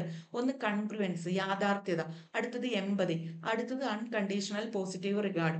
അതിൽ കൺഗ്രുവൻസ് എന്ന് പറഞ്ഞാൽ തെറാപ്പിസ്റ്റ് എങ്ങനെയായിരിക്കണം, ചായമില്ലാത്ത പെരുമാറ്റമായിരിക്കണം. എന്ന് വെച്ചാൽ ക്ലയന്റിനോട് നമ്മൾ അഭിനയിക്കാൻ പാടില്ല. നമ്മൾ യാഥാർത്ഥ്യമായിട്ട്, നമ്മൾ ഒരിക്കലും അവരുടെ മുന്നിൽ ഒരു ഇത് കാണിക്കാൻ പാടില്ല, യാഥാർത്ഥ്യം മാത്രം കാണിക്കുക. അതാണ് പറഞ്ഞേക്കുന്നത്. നമ്മുടെ പെരുമാറ്റത്തിൽ ആവശ്യമില്ലാത്തതും കാണിക്കാൻ പാടില്ല, യാഥാർത്ഥ്യമായി ഇത് കാണിക്കുക. പിന്നെ എമ്പതി എന്ന് പറയുന്നത് ഞാൻ നേരത്തെ പറഞ്ഞല്ലോ, ആഴത്തിൽ അവരെ മനസ്സിലാക്കുക. മനസ്സിലായോ? അവരുടെ ഭാഗത്ത് നിന്ന് ചിന്തിച്ച് ആഴത്തിൽ അവരെ മനസ്സിലാക്കുക, അതാണ് എമ്പതി. പിന്നെ അൺകണ്ടീഷണൽ പോസിറ്റീവ് റിഗാർഡ് എന്താണെന്ന് പറഞ്ഞിരുന്നു മുമ്പേ ഇല്ലേ. ഒരു കണ്ടീഷനും ഇല്ലാതെ നമ്മൾ അവരെ അംഗീകരിക്കുക, അവർക്ക് പറയാനുള്ള കാര്യങ്ങൾ കേൾക്കുക. ഇതാണ് ഈ ക്ലയന്റ് സെന്റേർഡ് തെറാപ്പി നടത്തുമ്പോൾ ചെയ്യേണ്ട, ആ ക്ലയന്റ് തെറാപ്പിസ്റ്റ് ചെയ്യേണ്ട 3 കാര്യങ്ങളായിട്ട് അദ്ദേഹം പറയുന്നത്. ഓക്കെ ആണെന്ന് കരുതുന്നു. ഇനി ഫിനോമിനൽ ഫീൽഡ് എന്ന് പറഞ്ഞാൽ എന്താണ്? ഫിനോമിനൽ ഫീൽഡ് എന്ന് പറഞ്ഞാൽ അതാണ് ഞാനിവിടെ നേരത്തെ ഞാൻ പറഞ്ഞിരുന്നു. ഈ അതായത് ഫിനോമിനൽ ഫീൽഡ് എന്ന് പറയുമ്പോഴാണ് ഞാൻ നേരത്തെ പറഞ്ഞിരുന്നല്ലോ, കുട്ടിയെ മനസ്സിലാക്കണമെങ്കിൽ നമ്മൾ എന്ത് ചെയ്യണം, അവന്റെ ലോകത്തിലേക്ക് ഇറങ്ങും. അപ്പൊ ഒരു വ്യക്തിയുടെ പ്രശ്നങ്ങളെ മനസ്സിലാക്കാൻ അയാളുടെ ഭാഗത്ത് നിന്ന്, അയാളുടെ ഇതിലേക്ക് ഇറങ്ങി ചെന്ന് എന്ത് ചെയ്യുക, ചിന്തിക്കുക. അതാണ് ആ ഫിനോമിനൽ ഫീൽഡ് കൊണ്ട് ഉദ്ദേശിക്കുന്നത്. അടുത്തത് fully functioning person. Fully functioning person എന്ന് പറഞ്ഞാൽ സഹജമായ കഴിവ് എല്ലാ വ്യക്തിക്കും. ഈ മാനവികതാവാദത്തിന്റെ പ്രാധാന്യം എന്ന് പറയുന്നത് തന്നെ എന്താണ്, അവർ മനുഷ്യന് പ്രാധാന്യം കൊടുക്കുന്നവരാണ് ഹ്യൂമനിസ്റ്റുകൾ എന്ന് പറയുന്നത് അല്ലെ. ഹ്യൂമനിസ്റ്റിക് സൈക്കോളജിസ്റ്റുകൾ മനുഷ്യന്റെ കഴിവിൽ പ്രാധാന്യം നൽകുന്നവരാണ്. അപ്പോൾ എല്ലാ വ്യക്തിക്കും കഴിവുണ്ട്, എല്ലാ വ്യക്തികളും നല്ലവരാണ് എന്നൊക്കെ ചിന്തിക്കുന്ന ഒരു വാദമാണ് ഹ്യൂമനിസം എന്ന് പറയുന്നത്, മാനവികതാവാദം എന്ന് പറയുന്നത്. അപ്പോൾ അവർ പറയുന്നത് എല്ലാ മനുഷ്യനും അവന്റെ കഴിവുകളെ ഉപയോഗിച്ച് അവന് ആഗ്രഹിക്കുന്ന തലത്തിൽ എത്തിച്ചേരാനായിട്ട് സാധിക്കുമെന്നാണ് ഇവർ പറയുന്നത്. അപ്പൊ ഇവിടെ ഫുള്ളി ഫങ്ഷൻ പേഴ്സണാലിറ്റി അല്ലെ ഫുള്ളി ഫങ്ഷനിങ് പേഴ്സൺ എന്ന് അദ്ദേഹം പറഞ്ഞിരിക്കുന്ന ആശയം എന്ന് പറഞ്ഞാൽ, ഒരു വ്യക്തിക്ക് അവന്റെ സഹജമായ കഴിവുകളെ നിരന്തരം ഉപയോഗപ്പെടുത്തിക്കൊണ്ട് നിരന്തരം പ്രവർത്തന നിരതനായിരിക്കുന്ന വ്യക്തിയാണ് ഫുള്ളി ഫങ്ഷനിങ് പേഴ്സൺ എന്ന് വിളിക്കുന്നത്. മനസ്സിലായോ? നമുക്ക് കഴിവുകളുണ്ട്, പക്ഷെ നമ്മൾ അതൊന്നും എന്ത് ചെയ്യുന്നില്ല, ഉപയോഗിക്കുന്നില്ല. നമ്മൾ എവിടെങ്കിലും ചടഞ്ഞുകൂടിയിരിക്കുന്ന ഇങ്ങനെ അതും ഇതൊക്കെ ചെയ്ത് ഇങ്ങനെ അങ്ങ് പോകുന്നു എന്നുള്ളതല്ലേ ഉള്ളൂ. പക്ഷെ കഴിവിനെ മാക്സിമം ഉപയോഗപ്പെടുത്തിക്കൊണ്ട് നിരന്തരം ആക്റ്റീവ് ആയിരിക്കുന്ന വ്യക്തിയാണ് ഫുള്ളി ഫങ്ഷനിങ് പേഴ്സൺ എന്ന് പറയുന്നത്. മനസ്സിലായോ? അപ്പൊ ഇത്രയുമാണ് കാൾ റാൻസം റോജേഴ്സിനെ കുറിച്ച് നമുക്ക് പഠിക്കാനുള്ളത്. അതിനകത്ത് ഞാൻ ഈ പറഞ്ഞ പ്രധാനപ്പെട്ട പോയിന്റുകൾ ഇവിടെ നിങ്ങൾ സ്ട്രെസ് ചെയ്ത് മനസ്സിലാക്കി വെക്കേണ്ടതെന്ന് പറഞ്ഞാൽ, ചോദ്യങ്ങൾ വരുന്നതെന്ന് വെച്ചാൽ ഹ്യൂമനിസ്റ്റ് സൈക്കോളജിയുടെ പ്രധാന വക്താവ് ആരാണ്? കാൾ റോജേഴ്സ് ആണ്. ഈ self concept, real self, ideal self എന്നൊക്കെ പറഞ്ഞാൽ എന്താണ്? അത് ആരുടെ ആശയമാണ്? റോജേഴ്സിന്റെ ആണ്. പിന്നെ അൺകണ്ടീഷണൽ പോസിറ്റീവ് റിഗാർഡ് ആരുടെ ആശയമാണ്? റോജേഴ്സിൻ്റെതാണ്. പേഴ്സൺ സെന്റേർഡ് തെറാപ്പി അല്ലെ ക്ലയന്റ് സെന്റേർഡ് തെറാപ്പി ആരുടെ ആശയമാണ്? റോജേഴ്സിൻ്റെതാണ്. മനസ്സിലായോ? ഇങ്ങനെയാണ് ഈ ഭാഗത്ത് നിന്ന് നമുക്ക് എപ്പോഴും ചോദ്യങ്ങൾ വന്നിട്ടുള്ളത്. ബാക്കിയെല്ലാം കൂടെ ഞാൻ പറഞ്ഞു എന്നുള്ളതേ ഉള്ളൂ. ഇത്രയും കാര്യങ്ങൾ അവിടെ നിന്ന് എത്രയെങ്കിലും നിങ്ങൾ മനസ്സിലാക്കി വെച്ചിരിക്കണം. ഓക്കെ ആണെന്ന് കരുതുന്നു. അടുത്ത ചോദ്യത്തിലേക്ക് പോകാം. ബഹുമുഖ ബുദ്ധി, മൾട്ടിപ്പിൾ ഇന്റലിജൻസ്, ആദ്യത്തെ ചോദ്യം അല്ലെ. ബഹുമുഖ ബുദ്ധി എന്ന ആശയത്തിന്റെ ഉപജ്ഞാതാവ് ആരാണ്? ആരാ മക്കളെ? ഓപ്ഷനിൽ കിടപ്പുണ്ടല്ലോ. ആരായിരുന്നു? ഹവാർഡ് ഗാർഡ്നർ ആണ് അല്ലെ ബഹുമുഖ ബുദ്ധി. നമ്മൾ നേരത്തെ പറഞ്ഞതാണ്. ഇപ്പം ഇന്റലിജൻസ് റീഫ്രെയിംഡ് എന്നുള്ളത് ഹവാർഡ് ഗാർഡ്നറിന്റെ ബുക്കാണെന്നുള്ളത് ഓർത്തോണേ. ഇന്റലിജൻസ് റീഫ്രെയിംഡ് എന്നുള്ളത്. അപ്പോൾ ബഹുമുഖ ബുദ്ധി എന്താണെന്നൊക്കെ നമുക്കറിയാമല്ലോ. നമ്മൾ ആ ബുദ്ധികളെ കുറിച്ച് പഠിച്ചതാണ്. 8 ബുദ്ധികളെ കുറിച്ച് ഞാൻ പറഞ്ഞു തന്നിരുന്നു. പഠിച്ചോണേ. സ്പേഷ്യൽ പഠിക്കണം, ഇന്റർപേഴ്സണൽ പഠിക്കണം, ഇൻട്രാ പേഴ്സണൽ പഠിക്കണേ. അപ്പൊ ഇത്രയും കാര്യങ്ങളൊക്കെ ആണല്ലോ. അടുത്ത ചോദ്യത്തിലേക്ക് നമുക്ക് പോകാം. വായനയുമായി ബന്ധപ്പെട്ട പഠന പരിമിതി ഏതാണ്? വായനയുമായി ബന്ധപ്പെട്ട പഠന പരിമിതി എന്താ ചോദിച്ചേക്കുന്നേ? പറയൂ, ടീച്ചേഴ്സിന് അറിയാമല്ലോ. ലേണിംഗ് ഡിസബിലിറ്റീസിനെ കുറിച്ചാണ് അല്ലേ. നോക്കുക, ഡിസ്ലെക്സിയ, ഡിസ്ഗ്രാഫിയ, ഡിസ്കാൽക്കുലിയ, ഓട്ടിസം. ഏതാണ് വായനയുമായി ബന്ധപ്പെട്ടത്? ഏതാണ്? ഡിസ്ലെക്സിയ ആണ് അല്ലെ. ഡിസ്ലെക്സിയ ആണ് വായനയുമായി ബന്ധപ്പെട്ടത് ഇല്ലേ. അപ്പോൾ ഈ ലേണിംഗ് ഡിസബിലിറ്റിയുടെ കാരണം എന്താണ്? പഠന വൈകല്യത്തിന്റെ കാരണം എന്താണ്? നമ്മളുടെ ബ്രെയിനിന്റെ ഫങ്ഷൻ കറക്റ്റ് ആയിട്ട് അത് ബ്രെയിൻ കാര്യങ്ങളെ പ്രോസസ്സ് ചെയ്യാത്തത് കൊണ്ടുണ്ടാകുന്ന ഒരു ബുദ്ധിമുട്ടാണ് ഈ ലേണിംഗ് ഡിസബിലിറ്റി എന്ന് പറയുന്നത്. മനസ്സിലായോ? അതായത് ബ്രെയിൻ കാര്യങ്ങളെ കൃത്യമായിട്ട് എന്ത് ചെയ്യാത്തത് കൊണ്ട്, പ്രോസസ്സ് ചെയ്യാത്തത് കൊണ്ട് വരുന്ന ഒരു ബുദ്ധിമുട്ടാണ് ലേണിംഗ് ഡിസബിലിറ്റി എന്ന് പറയുന്നത്. ഓക്കെ ആണെന്ന് കരുതുന്നു. അപ്പൊ ഇവിടെ ഈ ലേണിംഗ് ഡിസബിലിറ്റിയുടെ കാരണമല്ലാത്തത് എന്തെല്ലാം എന്ന് പറഞ്ഞ് ചോദ്യങ്ങൾ വരാറുണ്ട് നമുക്ക്. അതുകൊണ്ടാണ് ഞാൻ അത് ആദ്യമേ തന്നെ പറഞ്ഞത്. ലേണിംഗ് ഡിസബിലിറ്റി പഠന വൈകല്യത്തിന് കാരണമാകാത്തത് എന്താണ്, കാരണമല്ലാത്ത കാര്യങ്ങൾ ഏതെല്ലാം. കുറഞ്ഞ IQ എന്ന് വെച്ചാൽ IQ കുറഞ്ഞെന്നും പറഞ്ഞ് ലേണിംഗ് ഡിസബിലിറ്റി ഒരിക്കലും ഉണ്ടാകത്തില്ല.